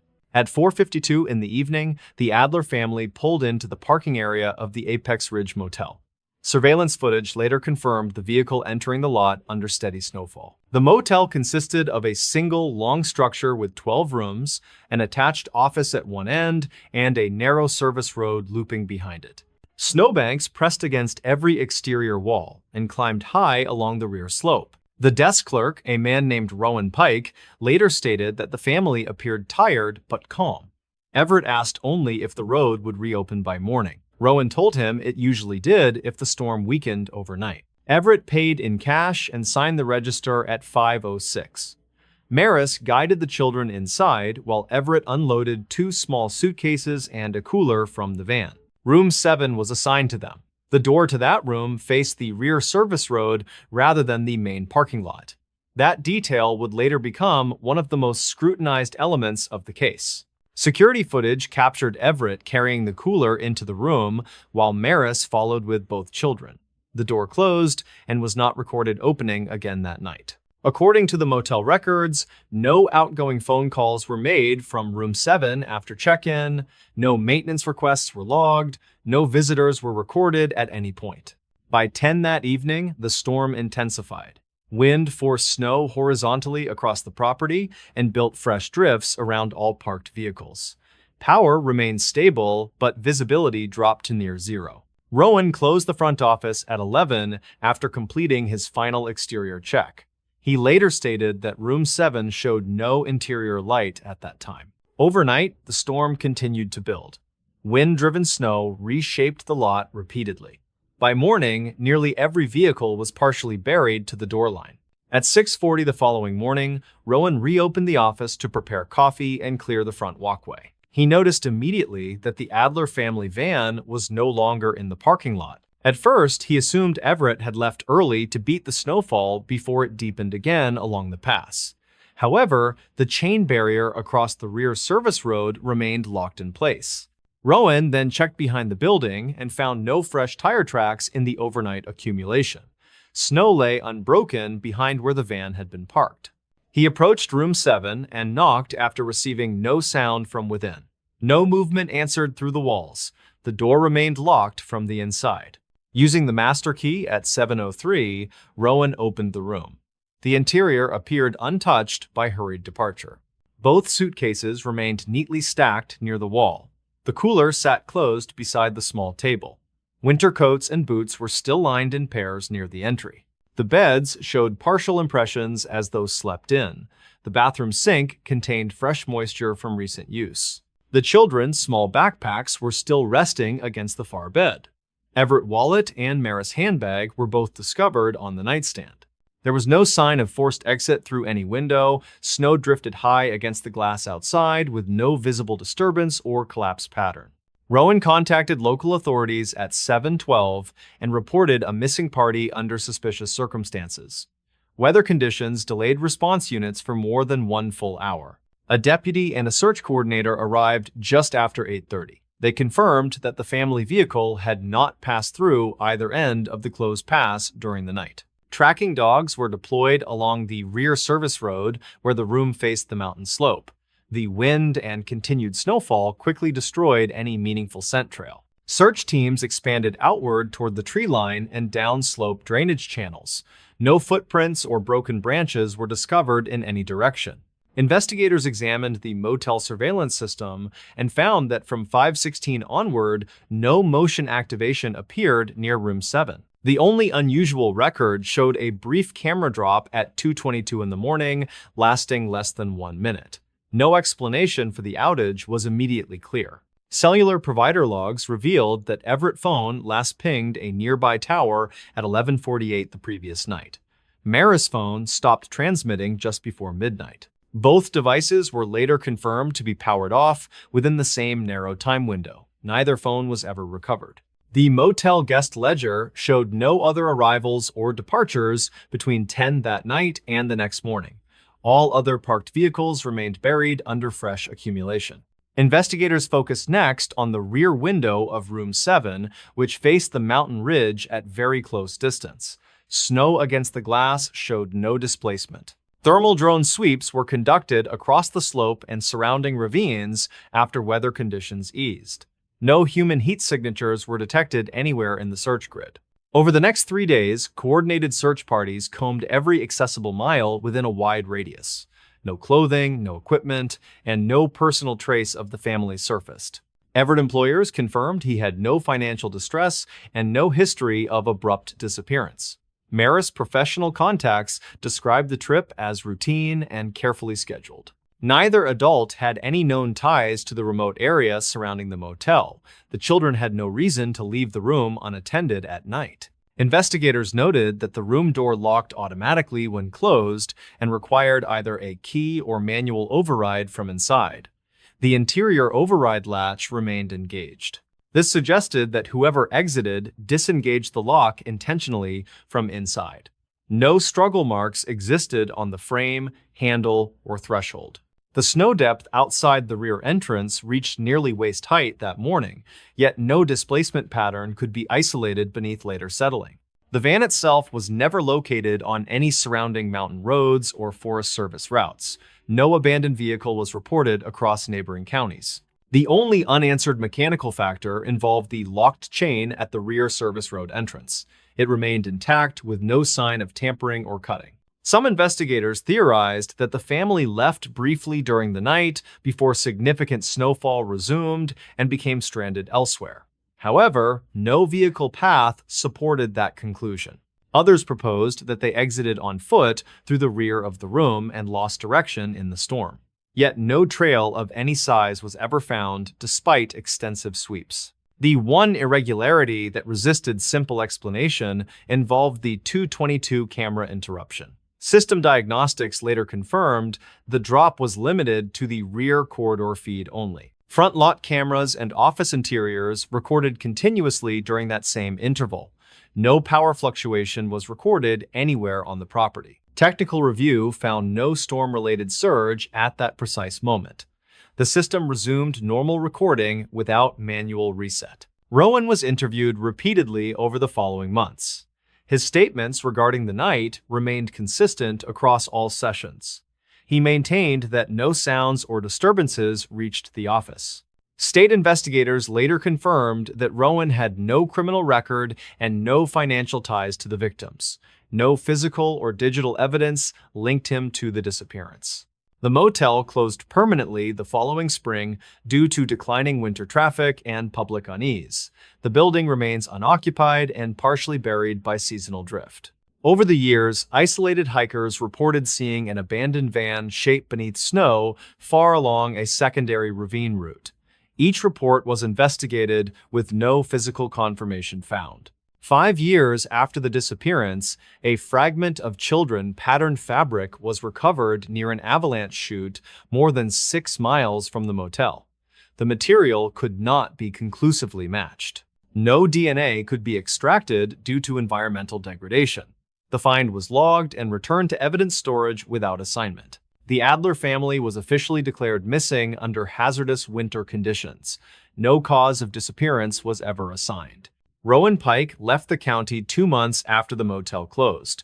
He later refused all media inquiry and declined to testify beyond his original statement. The case remains open with no living witnesses beyond the last person who watched them enter the room. Every winter, the pass still closes without warning when storms rise from the western ridge. The Apex Ridge Motel sign remains half buried in snow. Room 7 has never been rented again. What happened between the locked door and the buried road remains an unverified gap in the record shaped only by absence. All that remains certain is that a family checked into a frozen mountain motel, and they were never seen leaving it in this new story. The recorder captured only one clear sentence before the signal collapsed. That single voice became the final confirmed human sound from inside the lodge. The Arrow Peak Ski Lodge sits above a winding mountain road that closes each winter when snow overtakes the upper switchbacks. It had been shuttered for 8 years after structural damage made it unsafe for guests. In late February of 2019, a small maintenance survey was authorized to assess whether the building could be salvaged. The task fell to a contracted inspections team working for the county. The team consisted of 3 people assigned to document interior damage and retrieve any remaining service records. Their names were later released only in redacted form through investigation summaries. The youngest of the 3 was a man named Keaton Marsh, who was 26 and worked as an audio systems technician. He had been hired to test wiring and salvage recording equipment stored inside the lodge. The other 2 inspectors were stationed outside to evaluate roof stability and snow load distribution. Keaton was the only one cleared to enter the interior that afternoon. Weather conditions at mid-elevation were unstable but within accepted survey limits. Winds remained strong, but snowfall had eased to intermittent flurries. At 2:13 in the afternoon, Keaton entered through a side service door that had been partially cleared of drift. He wore a body camera, a headlamp, and carried a portable audio recorder. The interior of the lodge had been without power for several years. Light entered only through broken window panels and gaps in frost-clouded skylights. Dispatch logs show that Keaton initiated a routine check-in with his team every 10 minutes. His voice was calm and professional during the first 2 updates. At 2:23, he reported significant water damage on the first floor and signs of roof collapse above the main dining area. He continued moving deeper into the structure without incident. At 2:34, the recorder documented the sound of Keaton climbing the central staircase toward the upper guest levels. His breathing was steady and unlabored. The audio feed captured his commentary on sagging beams and frozen plumbing lines.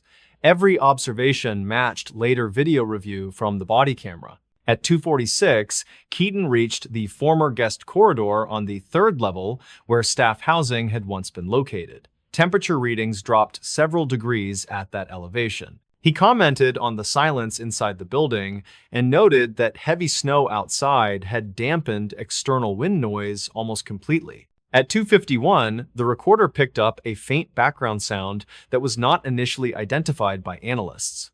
It resembled distant airflow or low movement within walls. Keaton acknowledged the noise and attributed it to shifting ice inside the structure. He continued forward along the corridor toward a storage area marked on older floor plans. At 2:58, he reported that a door at the end of the hall was standing ajar despite exterior lock records showing all units sealed at closure. He approached with caution and used his headlamp to sweep the interior. The body camera later showed stacked furniture and collapsed shelving within the room. At 3:02, the recorder captured Keaton stating that something was wrong with the air inside the room. His voice lowered without clear explanation. He paused his movement and adjusted his respirator mask while testing airflow near the wall vents. No hazardous gas readings appeared on his handheld monitor. The background sound grew slightly louder during that interval.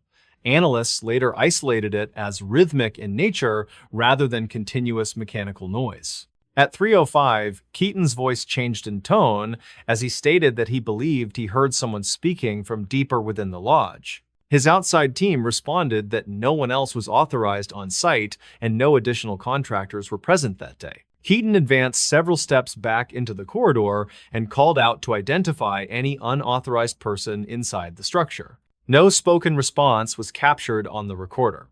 Only the continuing low sound remained beneath his voice. At 3:07, Keaton stated that the sound appeared to be coming from below the floor near the ski locker access. The ski locker wing had suffered partial collapse during a previous winter and was considered unstable. Keaton had not been assigned to enter that area. Despite this, he descended a short auxiliary stairwell that connected the 3rd floor to the lower locker level. The body camera feed showed heavy frost along railing surfaces and thick ice on concrete walls. His footing became cautious and deliberate. At 3:11, Keaton reported visual confirmation of movement shadows near the far end of the locker hall. His breathing became audible through the mask. He called out again with his first name and asked for verbal confirmation from anyone inside. The question echoed empty through the corridor. The rhythmic background sound increased in volume and layered over his footsteps. Analysts later described it as resembling distant speech patterns without discernible words. At 3:13, Keaton turned toward a locker room door that stood partially open beneath a collapsed beam. The recorder captured him, stating that he was approaching the source of the sound to determine mechanical failure. The body camera view shifted rapidly as his headlamp beam swept across wet concrete and broken locker doors. At 3:14, the recorder captured a second voice for the first time. It was faint, unsteady, and distorted by distance. The words were largely obscured by static, but the presence of another human voice was confirmed by multiple forensic audio technicians. Keaton reacted immediately and asked who was there. His voice showed tension but remained controlled. The unknown voice responded again with a longer phrase that could not be fully transcribed. Only 2 words were isolated with moderate confidence. Those 2 words were help and cold. At 3:15, Keaton stated clearly that he was calling for medical support. He began backing away from the locker room entrance while maintaining visual contact. The distant voice continued speaking in fragmented bursts beneath the recorder distortion.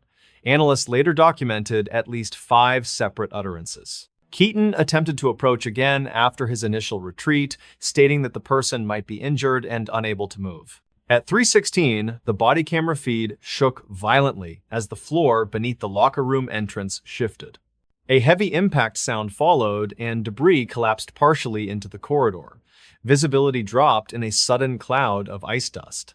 Keaton shouted and moved forward again despite audible warnings from his outside team transmitted through his headset. At 3:17, the recorder captured his final clear sentence. "It sounds like you are trapped. I am coming closer." Immediately following that sentence, the audio feed was overwhelmed by a sudden roar of collapsing material and rushing air pressure. The recorder continued capturing sound for 13 more seconds. No additional speech was detected after that point. At 3:18, the signal terminated abruptly. The body camera feed cut to static. Outside monitoring logs show the outside team attempted contact repeatedly with no response. Emergency rescue protocols were initiated within minutes. Due to avalanche risk and interior collapse danger, rescue entry was delayed until the following morning. At first light, search personnel entered through the same side service door Keaton had used. They located his recorder and body camera near the auxiliary stairwell. Keaton himself was found beneath fallen debris near the entrance to the locker wing. He was deceased at the scene due to blunt force trauma. Search crews found no second individual inside the lodge. No trapped person was located in any accessible area. Structural engineers later confirmed that the locker wing collapse occurred during Keaton's approach, likely triggered by internal ice shift. What could not be explained was the verified presence of a second human voice on the audio recording. Extensive review confirmed that no other responders entered the building prior to Keaton, and no radio bleed-through matched the captured sound. The voice did not match any member of the survey team. It also did not match archived radio traffic from emergency channels. Audio specialists filtered out wind noise, equipment feedback, and structural creak sounds. The rhythmic quality of the voice remained intact through every filter. Investigators considered the possibility of delayed sound reflection from earlier recordings left within the lodge. No functioning playback devices were discovered on site. The lodge had once contained public announcement systems used during guest seasons. All amplifier units were found disconnected and without power source. Battery-powered devices were recovered from storage rooms, but all were non-functional at the time of inspection. Records indicated that during the lodge closure 8 years earlier, a night security guard had died during an interior fire suppression failure. That incident occurred on a lower level, several floors below the locker wing. No audio recording from that event existed. The investigation officially concluded that Keaton perished during a structural collapse caused by accumulated ice load failure. The presence of the voice was documented as unexplained ambient noise with no verified human source. The county sealed the full audio record under safety review, releasing only a partial transcript. Several technicians who reviewed the unedited audio reportedly requested removal from similar assignments afterward. The Arrow Peak Ski Lodge remains abandoned. No further interior surveys have been authorized since the incident. Each winter, the building continues to absorb snow and ice without maintenance. Access roads remain blocked after the first major storm. The final recording remains stored in evidence under restricted access. Its last confirmed words are preserved in official documentation. Help, cold. No one has ever determined who spoke them, or how a voice could remain inside a building where no living person was ever found. In this news story, the shortcut was supposed to save him 40 minutes. By nightfall, it became the last confirmed place he was ever seen. Darius Klein was 31 and worked late shifts as a facilities technician for a medical supply warehouse on the edge of a mid-sized mountain town. He was known among co-workers for never missing a shift and for taking the same route home every night without variation. His reliability was routine, almost ritual, and he rarely made spontaneous decisions without careful thought.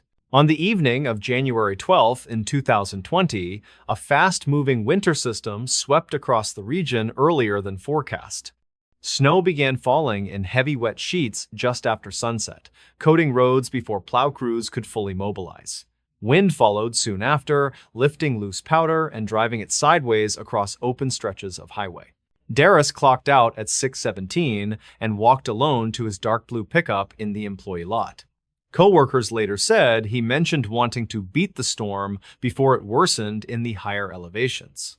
He sent a short text to a family member saying he was heading home and might lose signal past the ridge. Under normal conditions, his drive home took just under an hour along the main highway loop.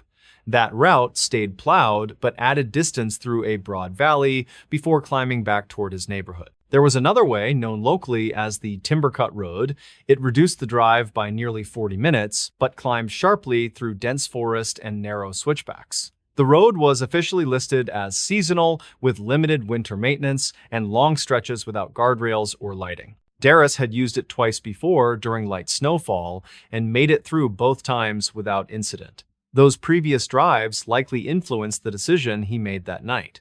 At 6:36 that evening, his phone connected to a cell tower near the Timbercut entrance. That was the last confirmed data ping tied to his device. After that moment, no further network activity would ever register. Traffic cameras at the highway junction captured his truck turning off the main route at 6:41. Snowfall had intensified at that point, and visibility had already begun to drop to less than a quarter mile. What happened after that turn is reconstructed only through terrain mapping, weather logs, vehicle diagnostics, and later witness statements.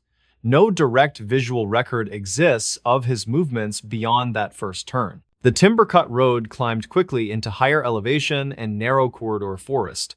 Tall pines formed heavy walls on both sides that trapped drifting snow and limited wind escape. The roadway narrowed to two tight lanes with no center barrier. Within 20 minutes of that turnoff, snowfall rates doubled. Wind pushed fresh accumulations sideways across the roadway faster than any plow could reach it. Drifts began forming unevenly along blind bends and downhill slopes. At 7:03, a local resident named Harlan Metz called the county line to report a stranded vehicle partially blocking the Timbercut Road near mile marker 6. He described a pickup angled into a snowbank with its hazard lights flashing. Harlan said he slowed but could not safely stop because the shoulder dropped steeply into trees on the downhill side. He did not see a person near the truck but assumed the driver had already gone for help. Response crews were delayed by worsening conditions and another rollover accident on the highway loop. By the time a deputy was dispatched toward the Timbercut area, nearly 40 minutes had passed since Harlan's call. At 7:48, Deputy Elson reached the reported location. The pickup was still present where Harlan had described it, but the hazard lights were no longer flashing. Snow had built up along the hood and wheel wells. The engine was off, and the driver door stood open several inches. Snow had already drifted partway into the cab. No person was present inside or directly around the vehicle. A set of glove prints were visible on the edge of the door, but no clear footprint trail extended away from the truck. Fresh accumulation had already softened most surface detail. Inside the cab, Darius' wallet, phone mount, and thermos were still in place. His jacket and insulated work coat were missing. A headlamp usually kept in the glove box was not recovered. Fresh snowfall had already filled most track impressions. Only a single partial boot print could be identified near the rear tire on the downhill side of the road. Deputy Elson attempted to follow the faint impression toward the tree line.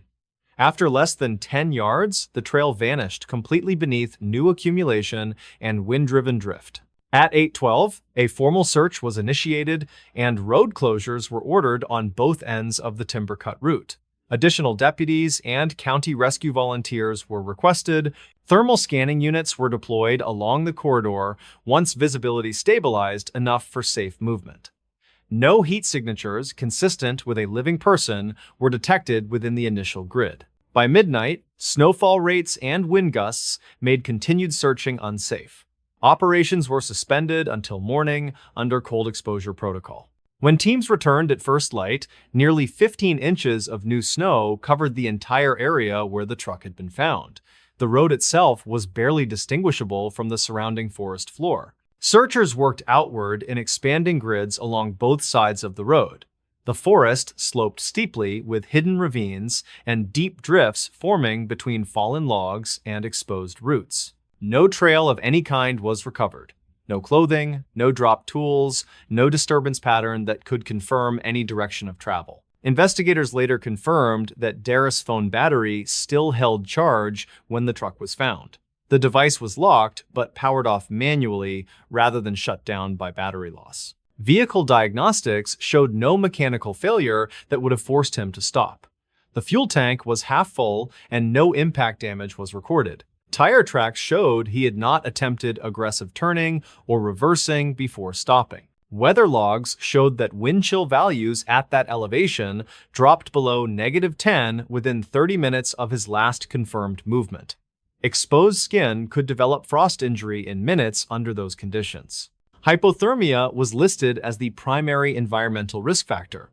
However, no evidence of collapse, shelter building, or fire attempt was documented anywhere in the search grid. Drone surveys conducted 3 days later after snowfall settled revealed no exposed gear or fabric visible from above. Tree canopy and uneven drifts concealed much of the ground surface. Canine units returned repeatedly over several weeks whenever conditions permitted. Each attempt ended without a confirmed scent trail.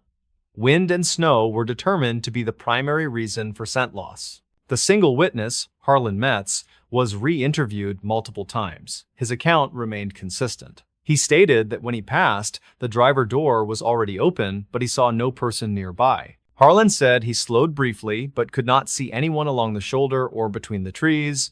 He assumed the driver had left moments earlier to find help. Roadside phone records revealed no outgoing calls from Darris after he turned on to the timber cut route.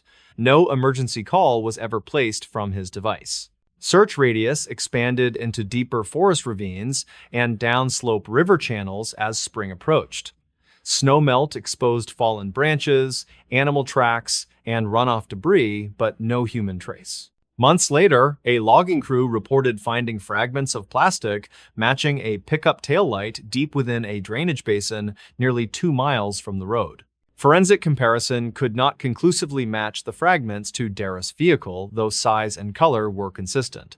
No metal debris, paint transfer, or frame material was found nearby. 1 year later, a hiker located a single work glove partially buried beneath regrown underbrush west of the timber cut corridor. The glove matched the brand issued by Darris' employer. It could not be uniquely tied to him due to lack of serial marking and common regional distribution of the same model. No other personal property was found within several hundred yards of that location. The official case classification remained missing under hazardous winter exposure with probable accidental cause undetermined.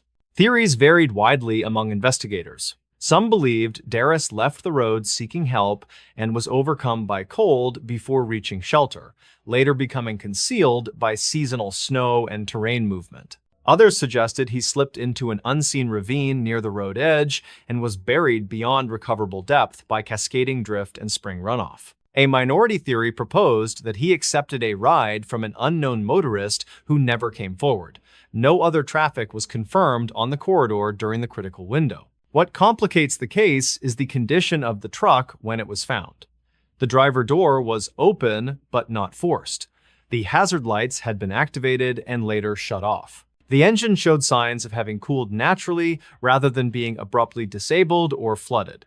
That suggests Darius intended to return to the vehicle, yet no track pattern consistent with short-range movement was ever preserved beneath the rapid accumulation rate. No blood, no fabric tears, and no disturbance consistent with animal predation was detected anywhere in the search zone. His family traveled from out of state to participate in early search coordination. They remained in the town for weeks as weather allowed limited additional sweeps. They described Darius as cautious and prepared in outdoor conditions. He carried emergency supplies in his truck during winter months and rarely traveled without notifying someone of his route. His family stated he would never abandon his vehicle without strong reason. Investigators reviewed his financial records and communications. No indications of personal crisis, debt, or voluntary disappearance were found. Workplace supervisors confirmed his attendance record, and future shift schedules showed no indication he planned time away. The Timbercut Road was officially closed permanently the following winter due to repeated weather incidents and safety concerns. A steel warning barrier now blocks the original access point. His family continues to visit the general area yearly during the safest season when snow has fully cleared and foliage visibility is highest. No trace has ever emerged that confirms what direction he walked or how far he may have gone. The mountain eventually reclaimed every mark that night left behind. What remains on record is only this: a man took a winter shortcut to save time, and he never made it home. In this news story, the camera kept recording long after the roads closed, and what it captured in the final hours left investigators with questions that were never fully answered. The Pine Ridge Rest Stop sits along a rural highway that cuts across an open plateau before climbing into forested highlands. It serves long-haul drivers and winter travelers caught between towns when storms move faster than forecasts predict. On the night of February 9th in 2018, a fast-forming blizzard overtook the region with little advance warning. Wind rose first in powerful, erratic bursts, then heavy snow followed in dense, shifting bands that erased visibility within minutes. By 8 in the evening, highway patrol shut down traffic in both directions. Several vehicles were already parked at the rest stop when the closure was announced over emergency broadcast. Among them was a beige crossover driven by a man named Nolan Drisk, who was 42 and worked as a regional appliance delivery contractor. He had left a nearby city late that afternoon and was caught by the sudden closure. 2 long-haul tractor-trailers were also parked near the rear lot, angled toward the wind. A compact sedan occupied the far corner near the restroom building, with no visible interior movement. The rest stop itself was unstaffed overnight as usual. Lighting was maintained by automated power tied to backup generators and monitored only by remote security cameras owned by the State Transport Authority. At 8:12, Nolan was recorded exiting his vehicle and entering the restroom building to wait out the storm. He carried a small travel bag and a metal thermos. The trucks remained idling intermittently as their drivers slept in rotating cycles for heat. The sedan remained dark with no confirmed occupant movement. By 9:30, snow depth around the lot reached nearly knee height in drifting waves. Wind carved heavy ridges across the asphalt, making the original lanes indistinguishable. Remote operators checked the camera feeds periodically due to the active highway closure protocol. Nothing unusual appeared during the first several hours besides worsening whiteout conditions. At 11:47, motion sensors triggered near the rear tree line beyond the rest stop perimeter fence. The camera angle showed only blowing snow and deep darkness beyond the lights. The alert was marked as weather interference and dismissed at that time. No vehicles moved in the lot and no doors opened. At 12:05, Nolan briefly exited the restroom building and returned to his vehicle. He retrieved a heavier coat and a spare battery pack from the back seat and re-entered the building. That was the last confirmed moment Nolan was seen in clear condition on any camera. Shortly after midnight, the compact sedan in the far corner showed a brief interior light flicker across several frames. No door movement was visible. At 12:22, the same rear tree line motion sensor activated again. This time, the camera captured a tall, dark shape moving slowly just beyond the fence line. The image resolution was poor due to blowing snow and lens frost. Operators later described the shape as upright and narrow, with no visible headlights or reflective markers. The figure moved parallel to the fence for several seconds and then vanished into drifting shadow. No vehicle lights followed it. No further motion alerts triggered for nearly an hour. At 1:17, the restroom building exterior camera recorded Nolan stepping into the doorway briefly and looking outward into the storm. He did not exit past the threshold. He retreated inside within seconds as wind gusts intensified. That moment became the final confirmed movement from Nolan as a visible person. At 1:34, the rear lot camera again captured movement near the fence. The tall, dark shape reappeared closer to the property than before. This time it crossed fully into the open lot through a narrow drift gap beneath the fence rail. No break or bending of the metal was visible in later inspection. The shape moved slowly across the snow toward the restroom building. It did not cast a distinct headlight shadow, nor reflect the overhead pole lights. Frame-by-frame analysis later showed its outline remained consistent despite heavy snow interference. No visible leg stride or arm swing could be clearly isolated. At 1:41, the exterior camera recorded the restroom door pushing inward. Nolan did not exit at that time. Investigators later confirmed that the restroom door had no automatic actuator and could only open from inside or by physical force from outside. No human silhouette appeared in the doorway when the door moved. Snow did not visibly enter the building during that opening. The door slowly closed again after several seconds. Nolan was not seen afterward. At 1:48, the sedan interior light activated again. This time, the driver door opened and closed within fewer than 10 seconds. No figure was clearly visible exiting or entering the sedan due to angle and snowfall. At 2:02, one of the truck drivers emerged briefly to check his trailer lines. He looked toward the restroom building but did not approach it. He later stated he felt the wind pressure change suddenly and returned to his cab without seeing another person in the lot. At 2:15, the rear tree-line camera captured the dark, upright shape once more. It stood stationary near the edge of the lot, facing the restroom building. Snow obscured fine detail, but the silhouette appeared taller than any recorded person at the site, including Nolan. At 2:19, the restroom interior camera feed abruptly terminated. Power to the exterior cameras remained active and uninterrupted. Technicians later confirmed no grid outage or generator fluctuation occurred at that time. Only the interior feed froze. At 2:23, the exterior building camera showed the door opening once more. Again, no person was visible entering or exiting.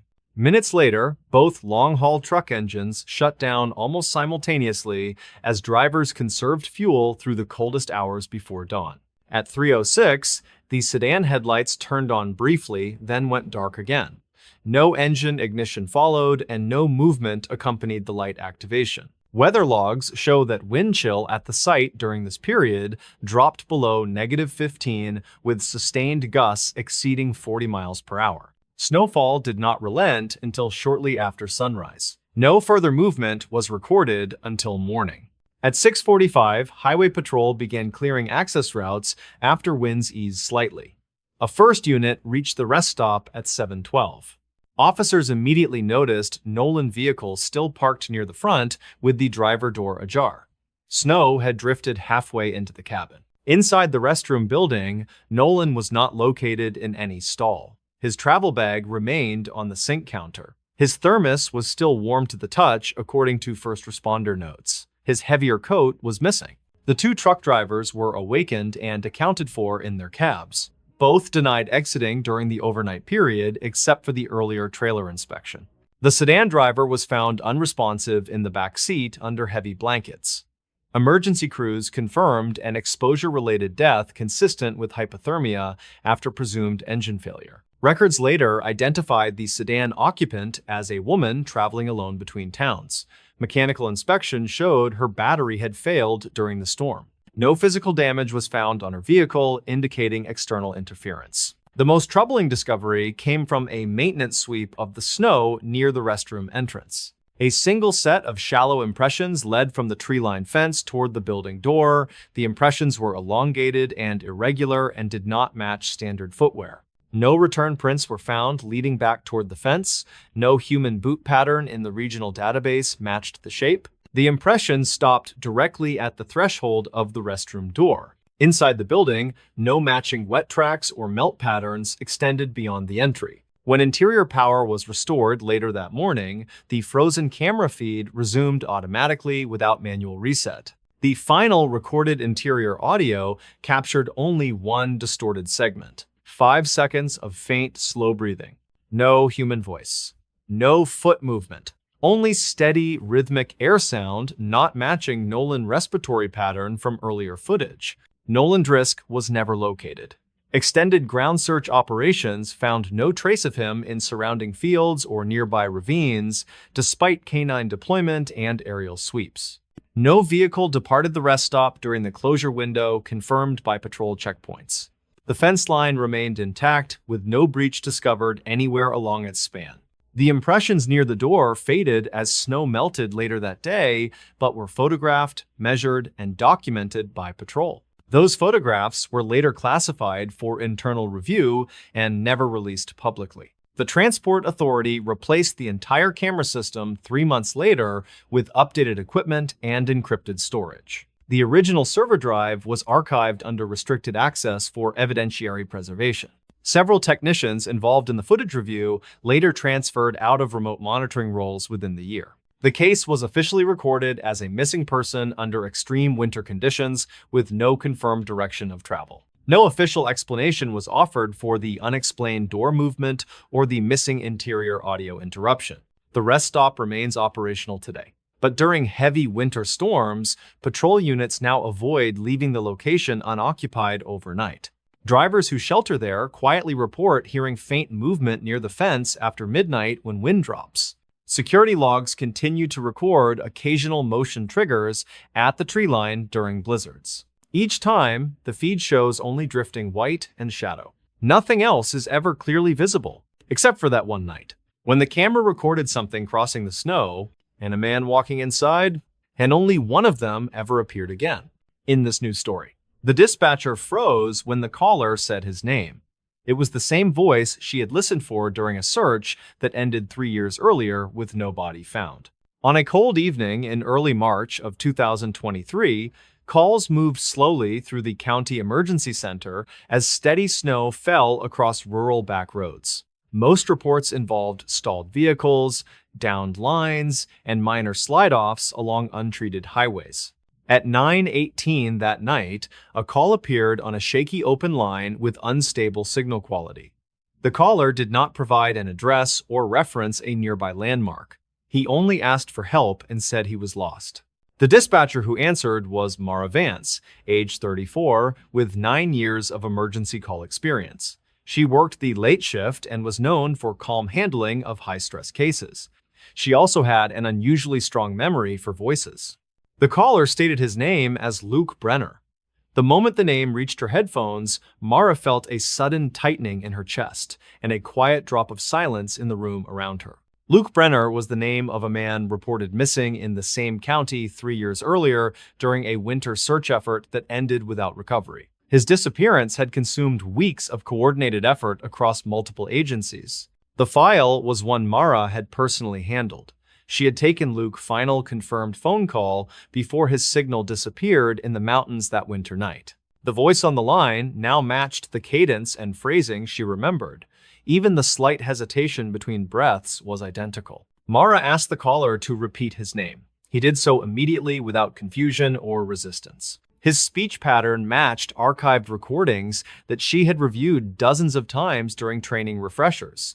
There was no slurring, no distortion of tone that would suggest impersonation. Luke Brenner had been 27 at the time of his disappearance. He worked seasonal construction and maintenance on rural road projects. On the night he vanished, he had been driving toward a closed forest access road during a sudden snowstorm. His vehicle had later been found abandoned near a frozen creek crossing. The driver door stood open, the engine was cold, no foot tracks were recovered. No personal items were ever located beyond what remained inside the truck. For 3 years, the case remained open with no physical recovery and no confirmed direction of travel. Now his voice was on Mara's call screen again. Mara asked Luke where he was calling from. He said he did not know. She asked if he could see any roads, buildings, or lights.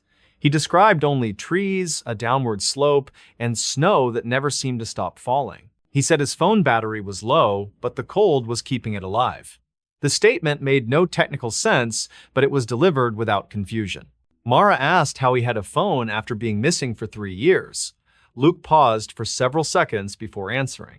He said he had never stopped walking. He said he believed he had only been gone for a few hours. Mara quietly raised her hand to signal her supervisor without breaking the flow of the call.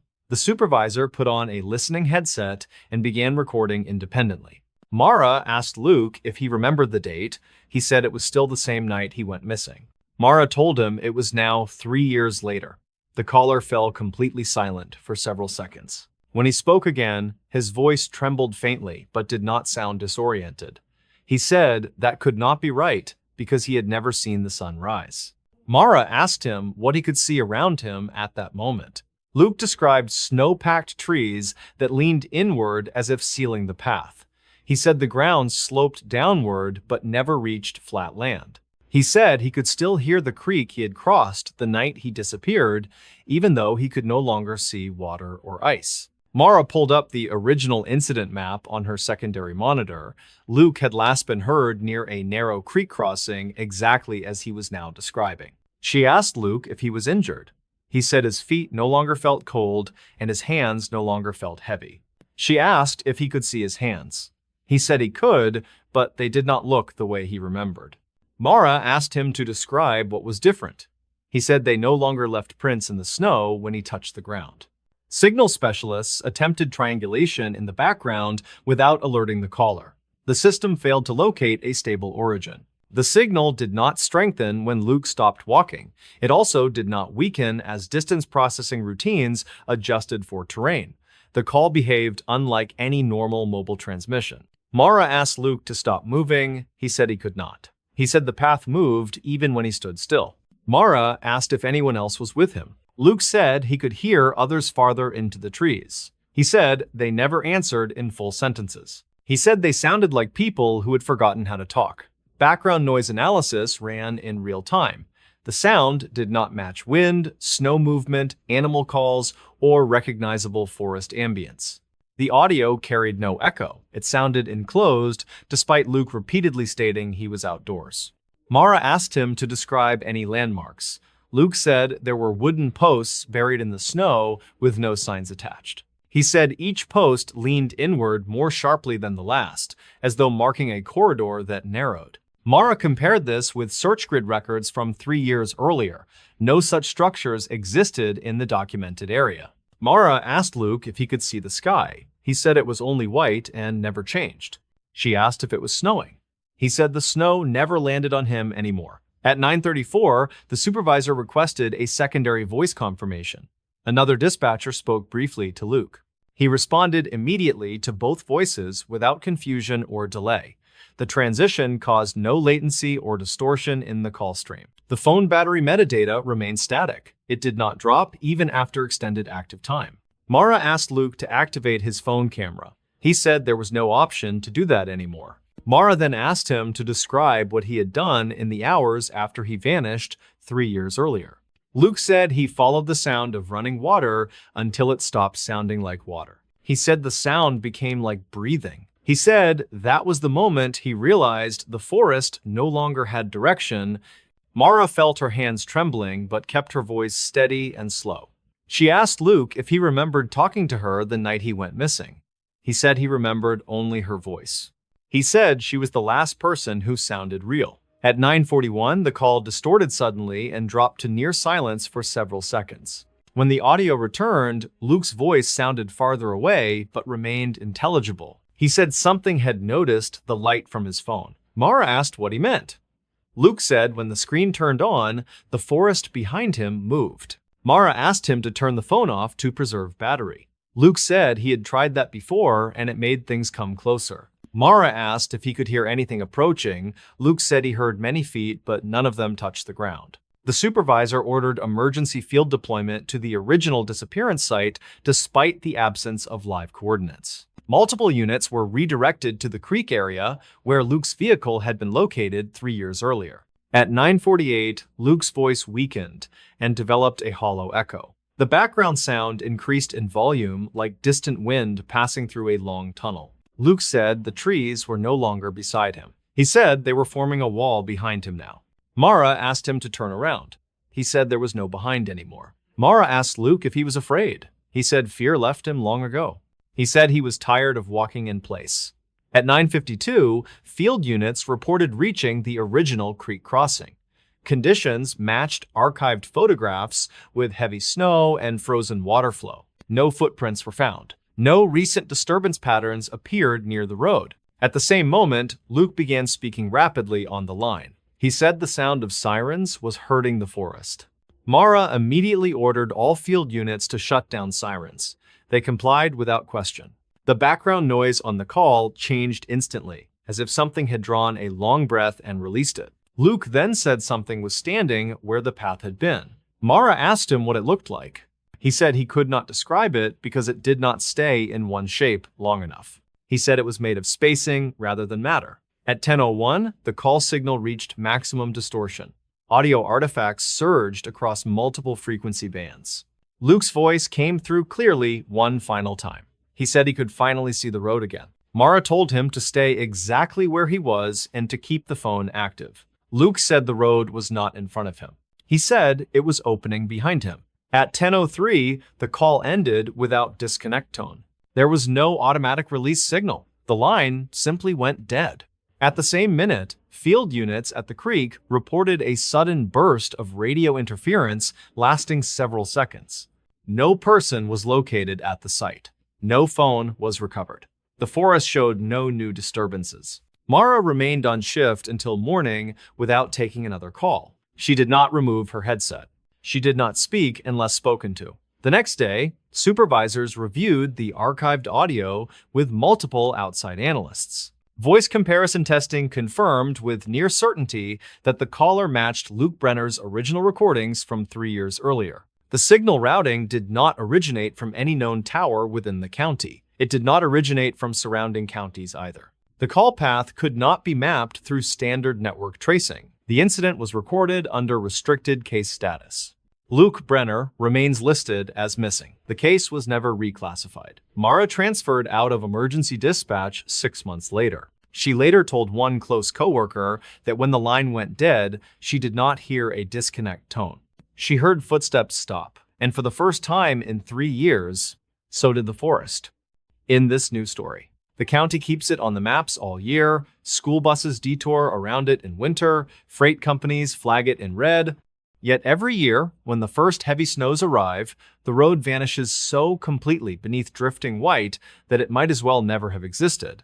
And almost every year, someone disappears with it. Locals call it Hollow Ridge Road.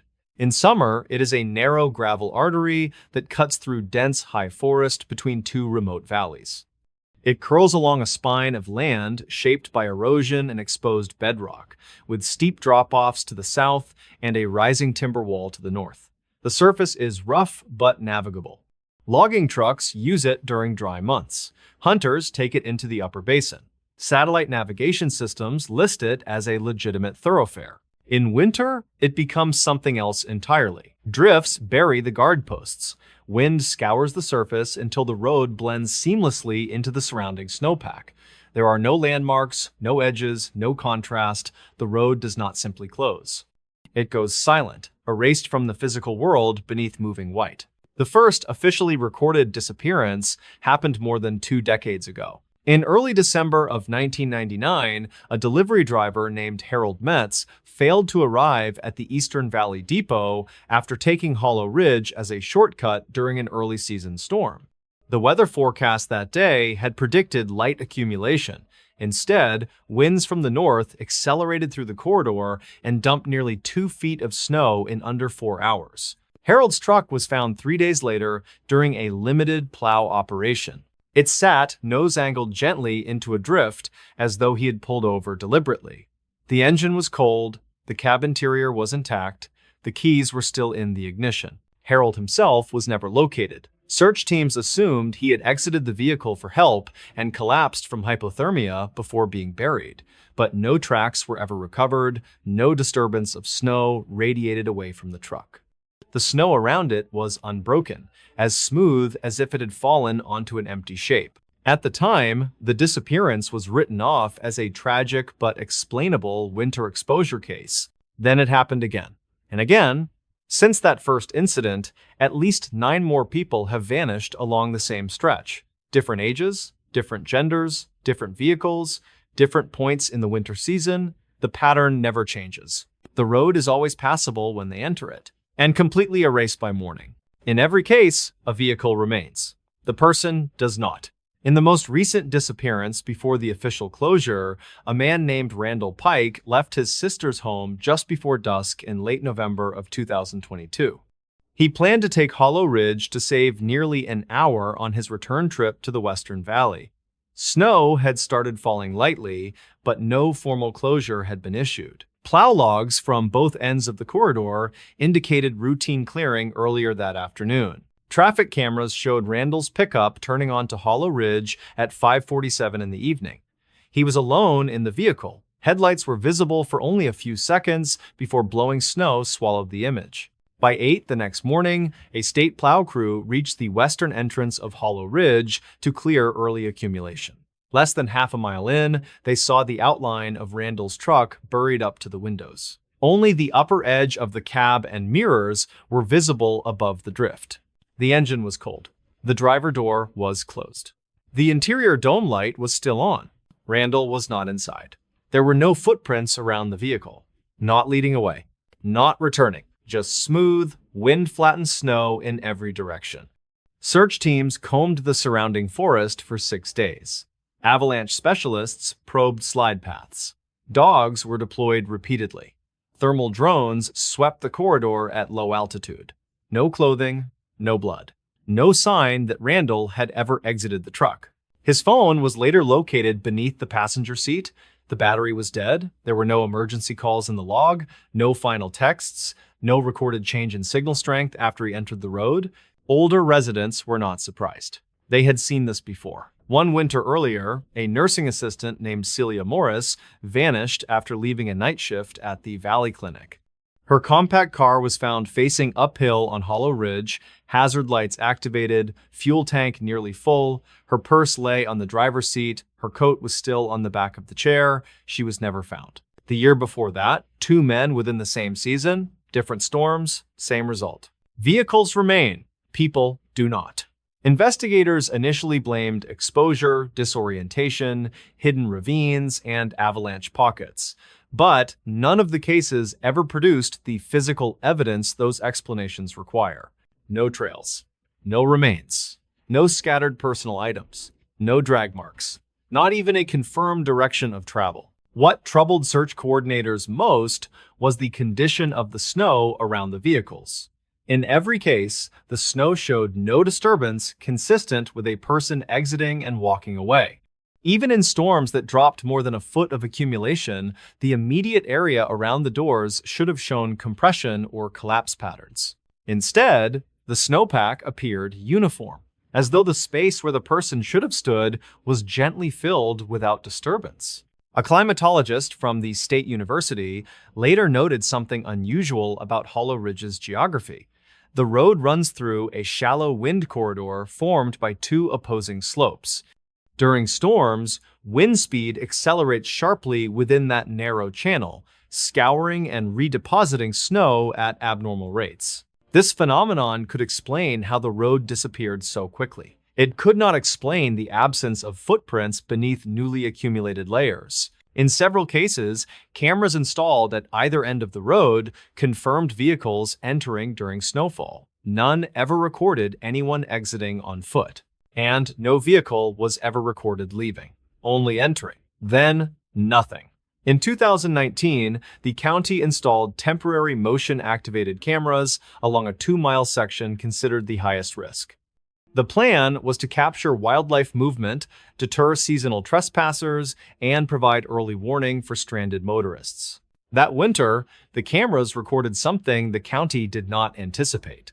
On 3 separate nights, motion alerts triggered after midnight during heavy storms. The footage showed what first appeared to be drifting snow moving against the wind pattern. Then, for several seconds at a time, the snow reversed direction around a specific shape. Not an animal, not a person, just a tall vertical absence where snow did not pass through. The snow flowed around it as though circling a narrow pillar of empty space. In every instance, the camera feed cut out within seconds of the anomaly appearing. Power was never disrupted elsewhere on the grid. Those recordings were quietly archived and never released to the public. The following winter, a volunteer rescue worker named Thomas Elridge attempted to traverse Hollow Ridge on foot during a controlled test operation. The goal was to understand wind behavior and snow displacement patterns within the corridor. Thomas was tethered to a heavy anchor vehicle at the western entrance and maintained constant radio contact. He wore full cold weather gear and carried a locator beacon. Weather monitors tracked wind speed and barometric pressure in real time. At only 200 yards in, Thomas reported that the wind sound had changed. He said it no longer sounded like air. He said it sounded like movement. Seconds later, his radio filled with static. The safety line went slack. When the team pulled the tether back, it was intact. Thomas was gone. No sign of breakage. No torn fiber. No drag marks. The test was never repeated. After Thomas Elridge vanished, the county permanently closed Hollow Ridge Road. Steel barriers were installed at both entrances. Warning signs were placed every quarter mile on connecting routes. GPS providers were formally notified. Automated alerts were added to mapping software. Despite this, people still attempt to use it. Some claim navigation systems reroute them there during storms. Others say visibility collapses so fast they only realize where they are after the barriers are already behind them. In every modern disappearance, authorities receive the same sequence of data. A vehicle enters the road. The storm intensifies. By morning, the road is gone, and so is the driver. No survivors have ever been found. The surrounding valleys have been searched repeatedly over the years. Remote sensing surveys, ground-penetrating radar, drainage excavation, avalanche chute mapping. Nothing has ever surfaced. Not a single confirmed human trace. Residents near Hollow Ridge avoid the area once the first heavy snow falls. They secure loose structures, they shut livestock into winter barns, they close their shutters early, and they do not go outside once the corridor wind begins to howl. Because on certain nights, beneath the wind, some of them report hearing engines. Not approaching. Not departing. Just idling. Deep under the snow. The sound does not echo. It does not rise or fade with gusts. It remains steady, as though coming from something buried far deeper than any vehicle could reach. Years after the closure, the county received an unexpected discovery during a spring runoff survey. A low-altitude drone, mapping meltwater patterns near the upper basin, detected a hollow beneath the snowpack that should not have existed according to subsurface charts. When melt cleared the area weeks later, crews found the rusted outline of a vehicle roof emerging from a depression nearly 15 feet below the former road surface. The vehicle was identified as Harold Metz's delivery truck. It was located more than a mile downhill from where it had originally been found. There was no ravine connecting the two positions. No slide path. No debris trail. The metal showed no crushing consistent with avalanche transport. It appeared instead as though the truck had been gently lowered into place under the snow across 2 decades. The cab was empty. The interior coating of frost suggested it had remained sealed for years. The keys were still in the ignition.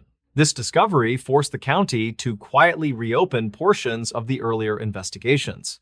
New forensic examinations were authorized. A second vehicle was later found during the same runoff season, partially encased in ice within an unnatural depression near the center of the corridor. It belonged to Celia Morris. Her car showed no impact damage. The doors were unlocked. The interior was empty. Search teams attempted limited excavation around these depressions using stabilized trench methods. Every time, equipment readings became unreliable once they reached a specific depth. Magnetic anomalies distorted instrument behavior. Ground radar returned inconsistent empty space results that shifted between scans.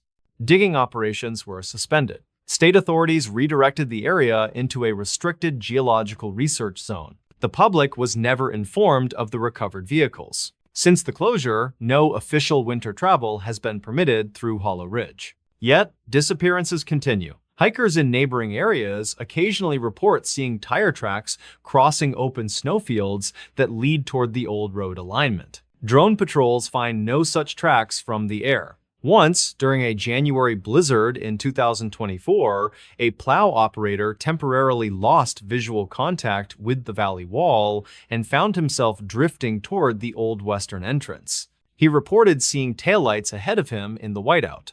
When he stopped and radioed dispatch, asking who had clearance on the closed corridor, dispatch returned silence. The lights moved forward into the snow. The plow operator did not follow. The corridor wind accelerated. The lights vanished. No missing vehicle was reported that night.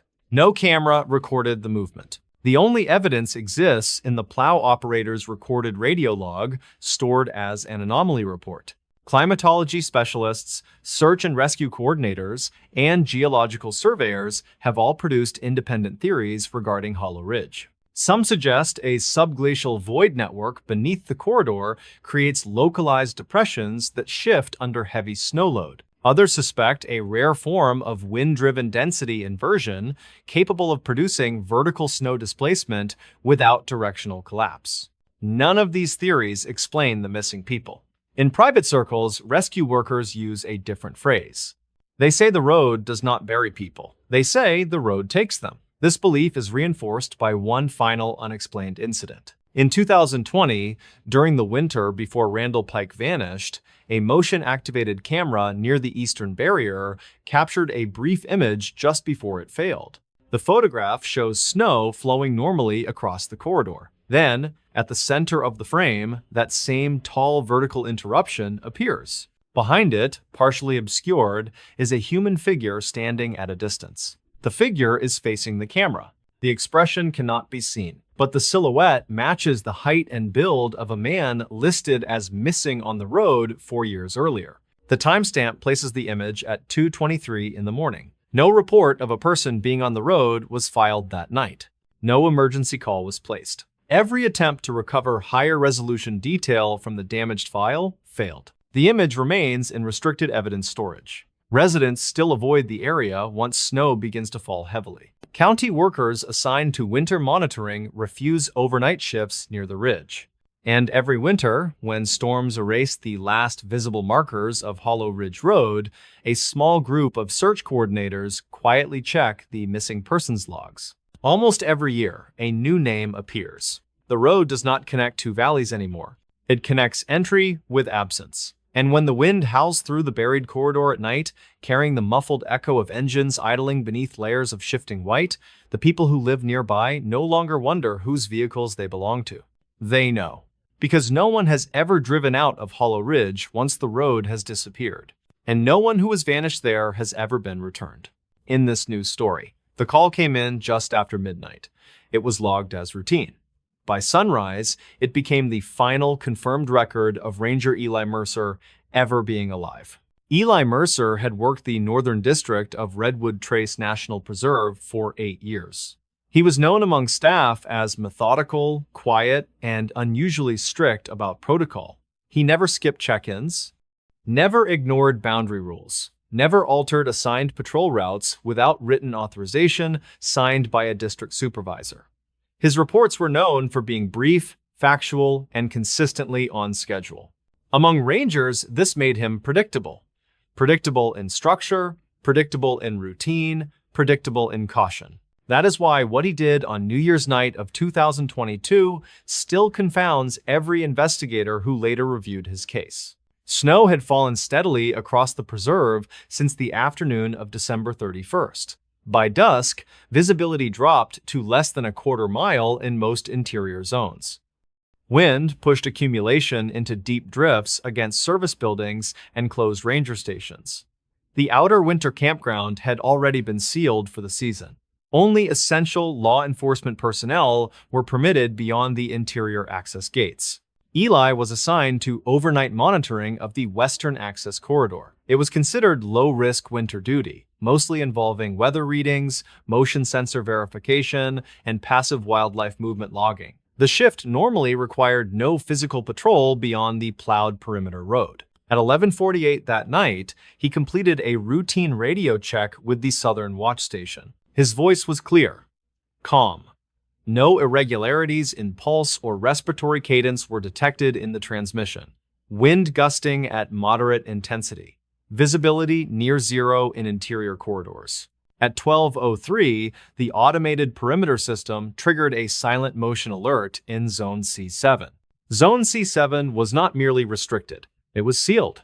The zone contained the remains of an abandoned wildfire observation tower and an unstable network of sink ravines beneath it. During a controlled demolition attempt 12 years earlier, underground collapse had forced evacuation of the site. Structural instability remained permanent. Protocol required that no ranger enter the zone on foot during winter months under any circumstances. Motion alerts within C7 were typically verified via aerial drone passes, thermal scans from boundary towers, or deferred until daylight. Eli acknowledged the alert at 12:04. At 12:06, instead of dispatching drone verification as required by standing orders, he did something no one expected. He keyed his radio and said only one sentence. "I am going to verify the source personally." The dispatcher on duty attempted to override the directive instantly. The system showed the transmission reached Eli's unit. There was no verbal acknowledgement. At 12:11, his GPS tracker showed movement away from the plowed patrol road and toward the closed interior trail leading directly into Zone C7. From this moment forward, every step he took violated written safety procedure. At 12:19, Eli reached the final locked barrier on foot. Camera footage from the static security tower shows him unlocking it with his issued access key. He pauses briefly before opening it. Snow obscures much of his figure. Only his reflective shoulder strip and helmet outline remain visible for several frames. No ranger had crossed that barrier on foot during winter in more than 12 years. Dispatch repeated the order for immediate return. Again, there was no response. At 12:24, his body camera activated automatically when he crossed into the sealed zone. The footage shows heavy snowfall, rapidly collapsing visibility, and the faint vertical outline of the old fire tower rising through the tree line. Wind noise dominates the audio, his breathing remains steady. He advances slowly along a narrow ridge path above the ravine network. The ground beneath the snow shows subtle sagging patterns consistent with subsurface voids. At 12:29, Eli stops walking. The camera view lifts abruptly as if he raised his head. He speaks one word, "Hello." No reply is audible. He resumes walking. At 12:33, the camera captures movement near the primary ravine edge. Something passes across the snowfield roughly 30 yards ahead. Resolution is poor due to snowfall. Digital enhancement later confirms the movement is bipedal but does not match any known wildlife gait common to the preserve. Eli stops again. He whispers, "That is not wildlife." Dispatch attempts direct voice contact repeatedly. No response is recorded. At 12:37, the first abnormal audio appears on the feed. Beneath the wind, a second sound emerges. Slow, rhythmic, almost like distant breathing layered beneath the storm. The sound remains consistent across multiple atmospheric noise filters used in later analysis. Eli sweeps his flashlight beam across the ravine. The camera catches only shadow and blowing snow. At 12:39, Eli steps closer to the ravine edge. Protocol says, "I turn back now." Pause. But something is down there. The breathing sound grows louder. Microphone distortion registers at sub-audible frequency levels, consistent with vibration rather than sound. At 12:42, Eli radios. "I have visual now. I cannot classify." Dispatch demands a description. There is a delay of 4 full seconds. When Eli speaks again, his voice is altered, his rhythm becomes uneven, his volume drops. It looks like a person trying to stand inside the wrong shape. At 12:44, the camera catches a partial silhouette near the ravine floor. It is upright, facing him. Its proportions are inconsistent. The shoulders narrow sharply upward, the limbs bend at angles that defy joint mechanics, snow accumulates around the base, but not on its surface. Light does not reflect from it normally. No footprints exist around it, no compression of snow beneath it. It appears to be resting on intact accumulation without weight displacement. Eli steps backward. The silhouette moves forward. It does not step. Distance simply collapses between them. At 12:46, Eli draws his sidearm. Do not come closer. The silhouette stops. The breathing sound ceases instantly. Total silence follows. Even wind noise drops from the microphone. The recording becomes unnaturally sterile. At 12:47, Eli whispers, "It is waiting for me to move." Dispatch orders immediate retreat. His GPS shows no movement. At 12:49, the silhouette rises. Not forward, upward. Several feet without visible support. The camera auto-adjusts exposure. The outline elongates. It stretches. That is not possible. At 12:51, the audio feed spikes sharply. A new sound layer emerges. Overlapping human voices speaking in disordered fragments. None of the speech forms complete language. Eli stumbles. GPS logs show sudden acceleration away from the ravine. His breathing becomes labored. The voices increase in volume. They match his pace. At 12:54, the fire tower reappears through the snow. The silhouette is no longer visible. The voices stop. Silence. Eli whispers, "It followed me out." Dispatch demands confirmation. No reply. At 12:56, Eli reaches the locked barrier. His hands visibly tremble as he fumbles for the key. The overlapping voices return. Directly beside him, the camera jolts violently. The feed goes black. When it returns, the camera lies on its side. Eli is not in frame. The voices continue for 4 more seconds. Then they stop. At 12:57, the body camera feed ends. At 12:58, Eli's radio transmits a final 2-second burst. It contains only one sound: breathing, not his, and not alone. At 1:14, a ranger response team mobilizes. They reach the sealed gate at 2:39. The gate stands open. The access key remains in the lock. The body camera is located 20 yards inside. Eli Mercer is gone. Search operations continue for 3 days. No footprints. No blood. No damage.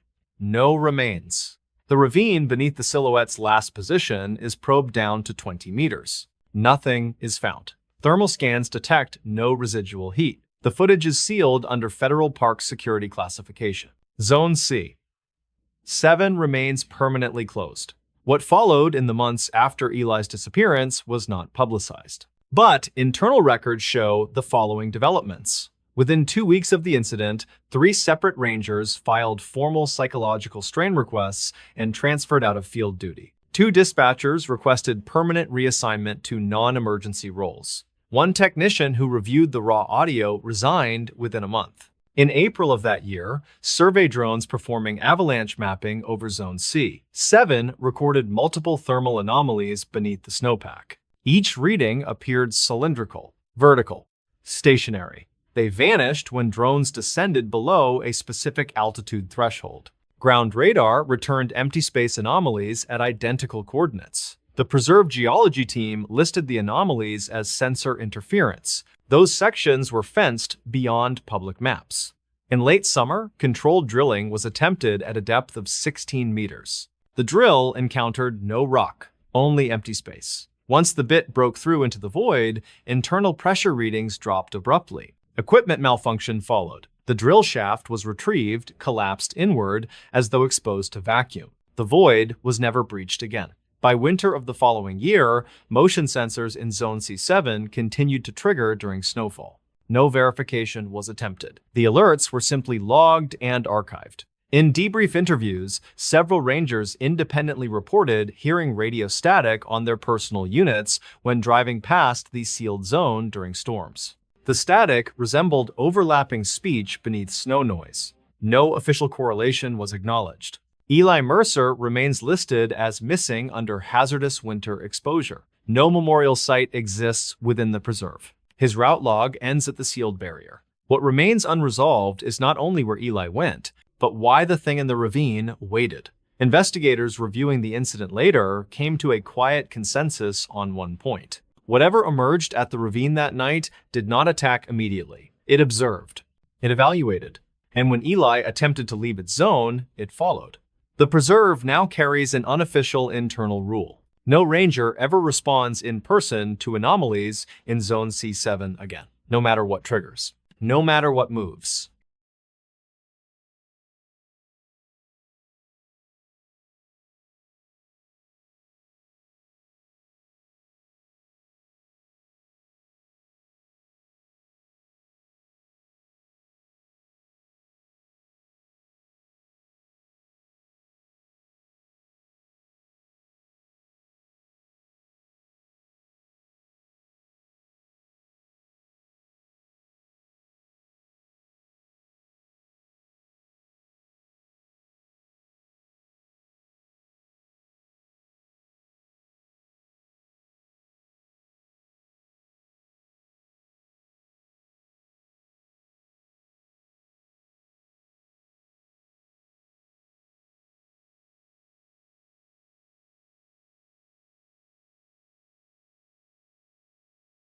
In this new story, she texted, "He's watching me," then disappeared. Asheville, North Carolina is a city nestled deep within the Blue Ridge Mountains, known for its vibrant art scene and the dense, sprawling forests that surround the residential outskirts. State records from 2009 describe a cold October evening when a heavy fog began to roll off the peaks, reducing visibility to less than 10 feet in some of the higher elevations. Most residents reportedly viewed the winding mountain roads as a scenic part of daily life, but for those traveling alone after dark, the isolation could feel immediate and overwhelming. That perception of safety changed when local authorities received a report about a missing graduate student who had sent a series of disturbing messages before her phone went silent. Investigators never confirmed the identity of the person she claimed was following her, but the digital trail she left behind suggested a predator who knew exactly how to stay out of sight. Elena Vance was a 24-year-old graduate student at the local university who was known for her rigorous study habits and her close relationship with her family. She spent most of her days in the campus library working on a thesis that required her to stay late into the evening several times a week. On that particular Thursday, she had finished her work around 10:30 and began the 30-minute drive back to her small apartment on the edge of the national forest. State records indicate that Elena was driving a dark green SUV and appeared perfectly normal when she waved to the campus security guard at the main gate. She stopped at a local gas station just outside the city limits to buy a bottle of water and a snack for the next morning. Dispatch logs show that this was the last time she was seen on a surveillance camera, looking calm as she paid the clerk and walked back to her vehicle. Olivia Vance was Elena's older sister, a 27-year-old pediatric nurse who lived 3 states away but spoke to Elena almost every night. Around 11 o'clock that evening, Olivia was sitting in her living room when she received a text message from Elena that immediately felt out of character. The message simply said that a white van had pulled out of the gas station behind her and was keeping a very specific distance between their cars. Olivia reportedly told her sister not to worry and to keep driving toward the more populated areas of the mountain road. However, Elena replied that the van had turned off its headlights while still staying directly behind her SUV in the darkness. County files from 2009 describe how Olivia grew increasingly frantic as she realized her sister was miles away from any help. The messages between the sisters became more frequent and desperate as Elena reached the higher, more isolated sections of the mountain pass. Elena texted that every time she sped up, the van behind her matched her speed, and every time she slowed down, it did the same without trying to pass.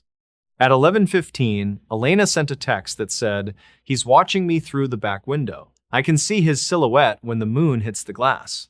Olivia reportedly called Elena's cell phone immediately, but the call went straight to voicemail, which was something Elena never allowed to happen. Investigators never confirmed if the phone had been manually turned off or if the battery had suddenly failed in the cold mountain air. Olivia waited 5 minutes before calling the Asheville Police Department to report that her sister was in imminent danger. The first responding officer was Deputy Silas Thorne, a 42-year-old veteran of the county sheriff's office who was familiar with the treacherous curves of that specific road. He began patrolling the route Elena would have taken, looking for any signs of a dark green SUV or a suspicious white van. State records indicate that the fog had become so thick by midnight that the deputy had to slow his patrol car to a crawl to avoid driving off the steep embankments. He found no signs of a struggle and no vehicles pulled over on the shoulders of the primary highway leading to Elena's apartment. Archived notes suggest that the deputy checked the local rest stops and scenic overlooks, but the parking lots were entirely empty and silent. It was as if Elena and her pursuer had simply vanished into the gray mist that clung to the pine trees. The following morning, a group of hikers discovered Elena's green SUV parked in the middle of a narrow fire road nearly 5 miles away from her intended route. The vehicle was still idling, and the driver's side door was standing wide open, allowing the freezing mountain air to circulate through the cabin. Investigators never confirmed why Elena would have turned off the main highway onto a gravel road that led deeper into the wilderness. Records conflict regarding the state of the interior, though some archived notes mention that Elena's purse and keys were still sitting on the passenger seat. There were no signs of broken glass or a physical struggle inside the car, which led some locals to claim that she might have been coerced into leaving the vehicle. A single footprint was found in the mud near the rear tire, but it didn't match the shoes Elena was wearing when she left the gas station. Dispatch logs from the search and rescue operation indicate that over 50 volunteers and 3 canine units were deployed to the area within hours of the discovery. The dogs reportedly picked up Elena's scent near the open door, but they lost the trail abruptly at the edge of a steep ravine about 50 yards from the car. Some locals claimed that the terrain was too difficult for a person to navigate in the dark without a flashlight, yet no flashlight was found in the SUV or on the ground. State records show that the search continued for 10 days, covering over 20 square miles of dense forest and rocky outcroppings. Investigators never confirmed any sightings of the white van that Elena had described in her final text messages to her sister. It seemed the vehicle had never entered any of the monitored intersections or passed by any other businesses with working cameras. Olivia Vance arrived in Asheville 2 days after the disappearance and spent her time reviewing the phone records and the texts her sister had sent. She noticed a final unsent message in Elena's outbox that had been composed at 11:23, just minutes before the phone lost power. The message was a blurry photo taken through the rearview mirror, showing a pair of headlights and the faint outline of a driver. Archive notes from 2009 describe how digital forensic experts tried to enhance the image, but the glare from the fog made it impossible to identify a face. Some investigators believed the headlights were too high off the ground to belong to a standard van, suggesting the vehicle might have been a larger truck or a modified SUV. Records conflict on whether this evidence was ever used to narrow down a list of potential suspects in the local area. During the investigation, detectives interviewed a 48-year-old mechanic named Arthur Penhaligon who worked at the gas station Elena had visited. He reportedly had a history of making female customers feel uncomfortable, but he had a solid alibi for the night Elena disappeared. State records indicate that Arthur was on a recorded landline call with his brother during the exact time Elena was being followed on the mountain road. Investigators never confirmed if he had any connection to the mysterious white van or if he had shared Elena's destination with anyone else. Archive notes suggest that the gas station's logbooks were missing several pages from that week, but the owner claimed it was due to a clerical error. The mechanic eventually moved out of the state, and he was never officially named as a suspect in the disappearance of Elena Vance. 3 years after the event, a county file from 2009 revealed that a similar incident had occurred on the same stretch of road back in the late 1970s. A young woman had reported being followed by a vehicle with its lights off, but she had managed to reach a ranger station before anything happened. Investigators never confirmed if there was a link between the two cases or if a single individual had been preying on travelers for decades. Some locals claimed that the mountains held dead zones where radio and cell signals were intentionally jammed, though no such devices were ever recovered. The case of Elena Vance remained cold, with no new leads or physical evidence surfacing despite the best efforts of the North Carolina State Bureau of Investigation. It's a chilling reminder that the vastness of the American wilderness can swallow a person whole, leaving only a few terrifying sentences behind. The mystery of the white van continues to haunt the community of Asheville, and Olivia Vance still returns to the mountain road every October to hang flyers. She often tells reporters that she can still feel her sister's fear when she reads those final text messages on her old phone. State records indicate that the case is still technically open, but with no body and no weapon, there is little the authorities can do to move forward. Investigators never confirmed the motive, but the calculated nature of the pursuit suggested someone who was very comfortable operating in the dark. Dispatch logs show that there have been 3 other reports of phantom vehicles in the area since 2009, but none have resulted in a disappearance. Some believe the person is still out there, waiting for the fog to roll in before they pick their next target on the winding mountain passes. Today, the green SUV sits in a police impound lot, a silent witness to whatever happened in the final moments of Elena's journey. The fire road where it was found has since been gated off by the Forest Service to prevent further incidents or unauthorized trespassing. People who hike in the area sometimes report hearing the sound of an idling engine in the distance, but when they go to investigate, there is nothing but the wind in the trees. Records conflict regarding whether Elena had any stalkers prior to that night, but her friends insisted she was a private person who kept to herself. Archived notes from 2009 remain the only official narrative of a night that began with a study session and ended with a desperate cry for help. We may never know what she saw in that rearview mirror or who was really watching her from the shadows of the Blue Ridge Mountains. The story of Elena Vance serves as a dark, cautionary tale for those who travel through the isolated regions of the United States. It highlights the vulnerability we all face when our technology fails, and we are left alone with our instincts in the middle of nowhere. Investigators never confirmed if the he in Elena's text was someone she recognized or a total stranger who happened to spot her at the gas station. The ambiguity of the evidence and the lack of a resolution continue to frustrate the family and the local detectives who worked the case. State records will forever hold the transcript of those final texts, a digital ghost of a woman who was just trying to get home. Every time the fog settles over the city of Asheville, the residents are reminded of the girl who was being watched, and the van that left no tracks is less than has hone. Zero hash is greater than. In a strange postscript to the investigation, a local hunter found a discarded metal thermos and a heavy work jacket near the ravine where the dogs had lost the scent.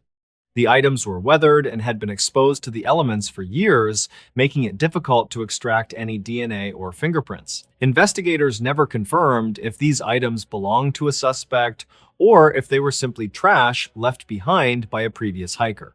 However, the jacket had a small name tag on the inside that had been intentionally scratched out with a sharp object. Records conflict on whether this discovery was ever shared with the Vance family or if it was kept confidential for the sake of the ongoing inquiry.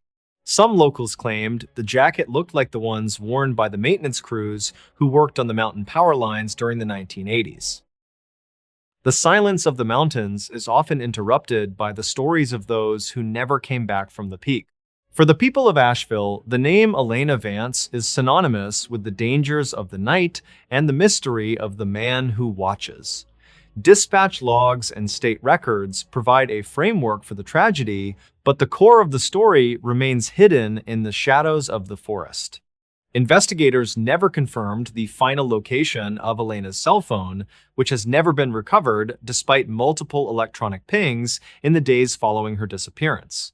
It is a case defined by what is missing: a suspect, a motive, and a young woman who was just reaching the prime of her life. As long as the case remains unsolved, the white van remains a terrifying specter on the mountain roads of North Carolina.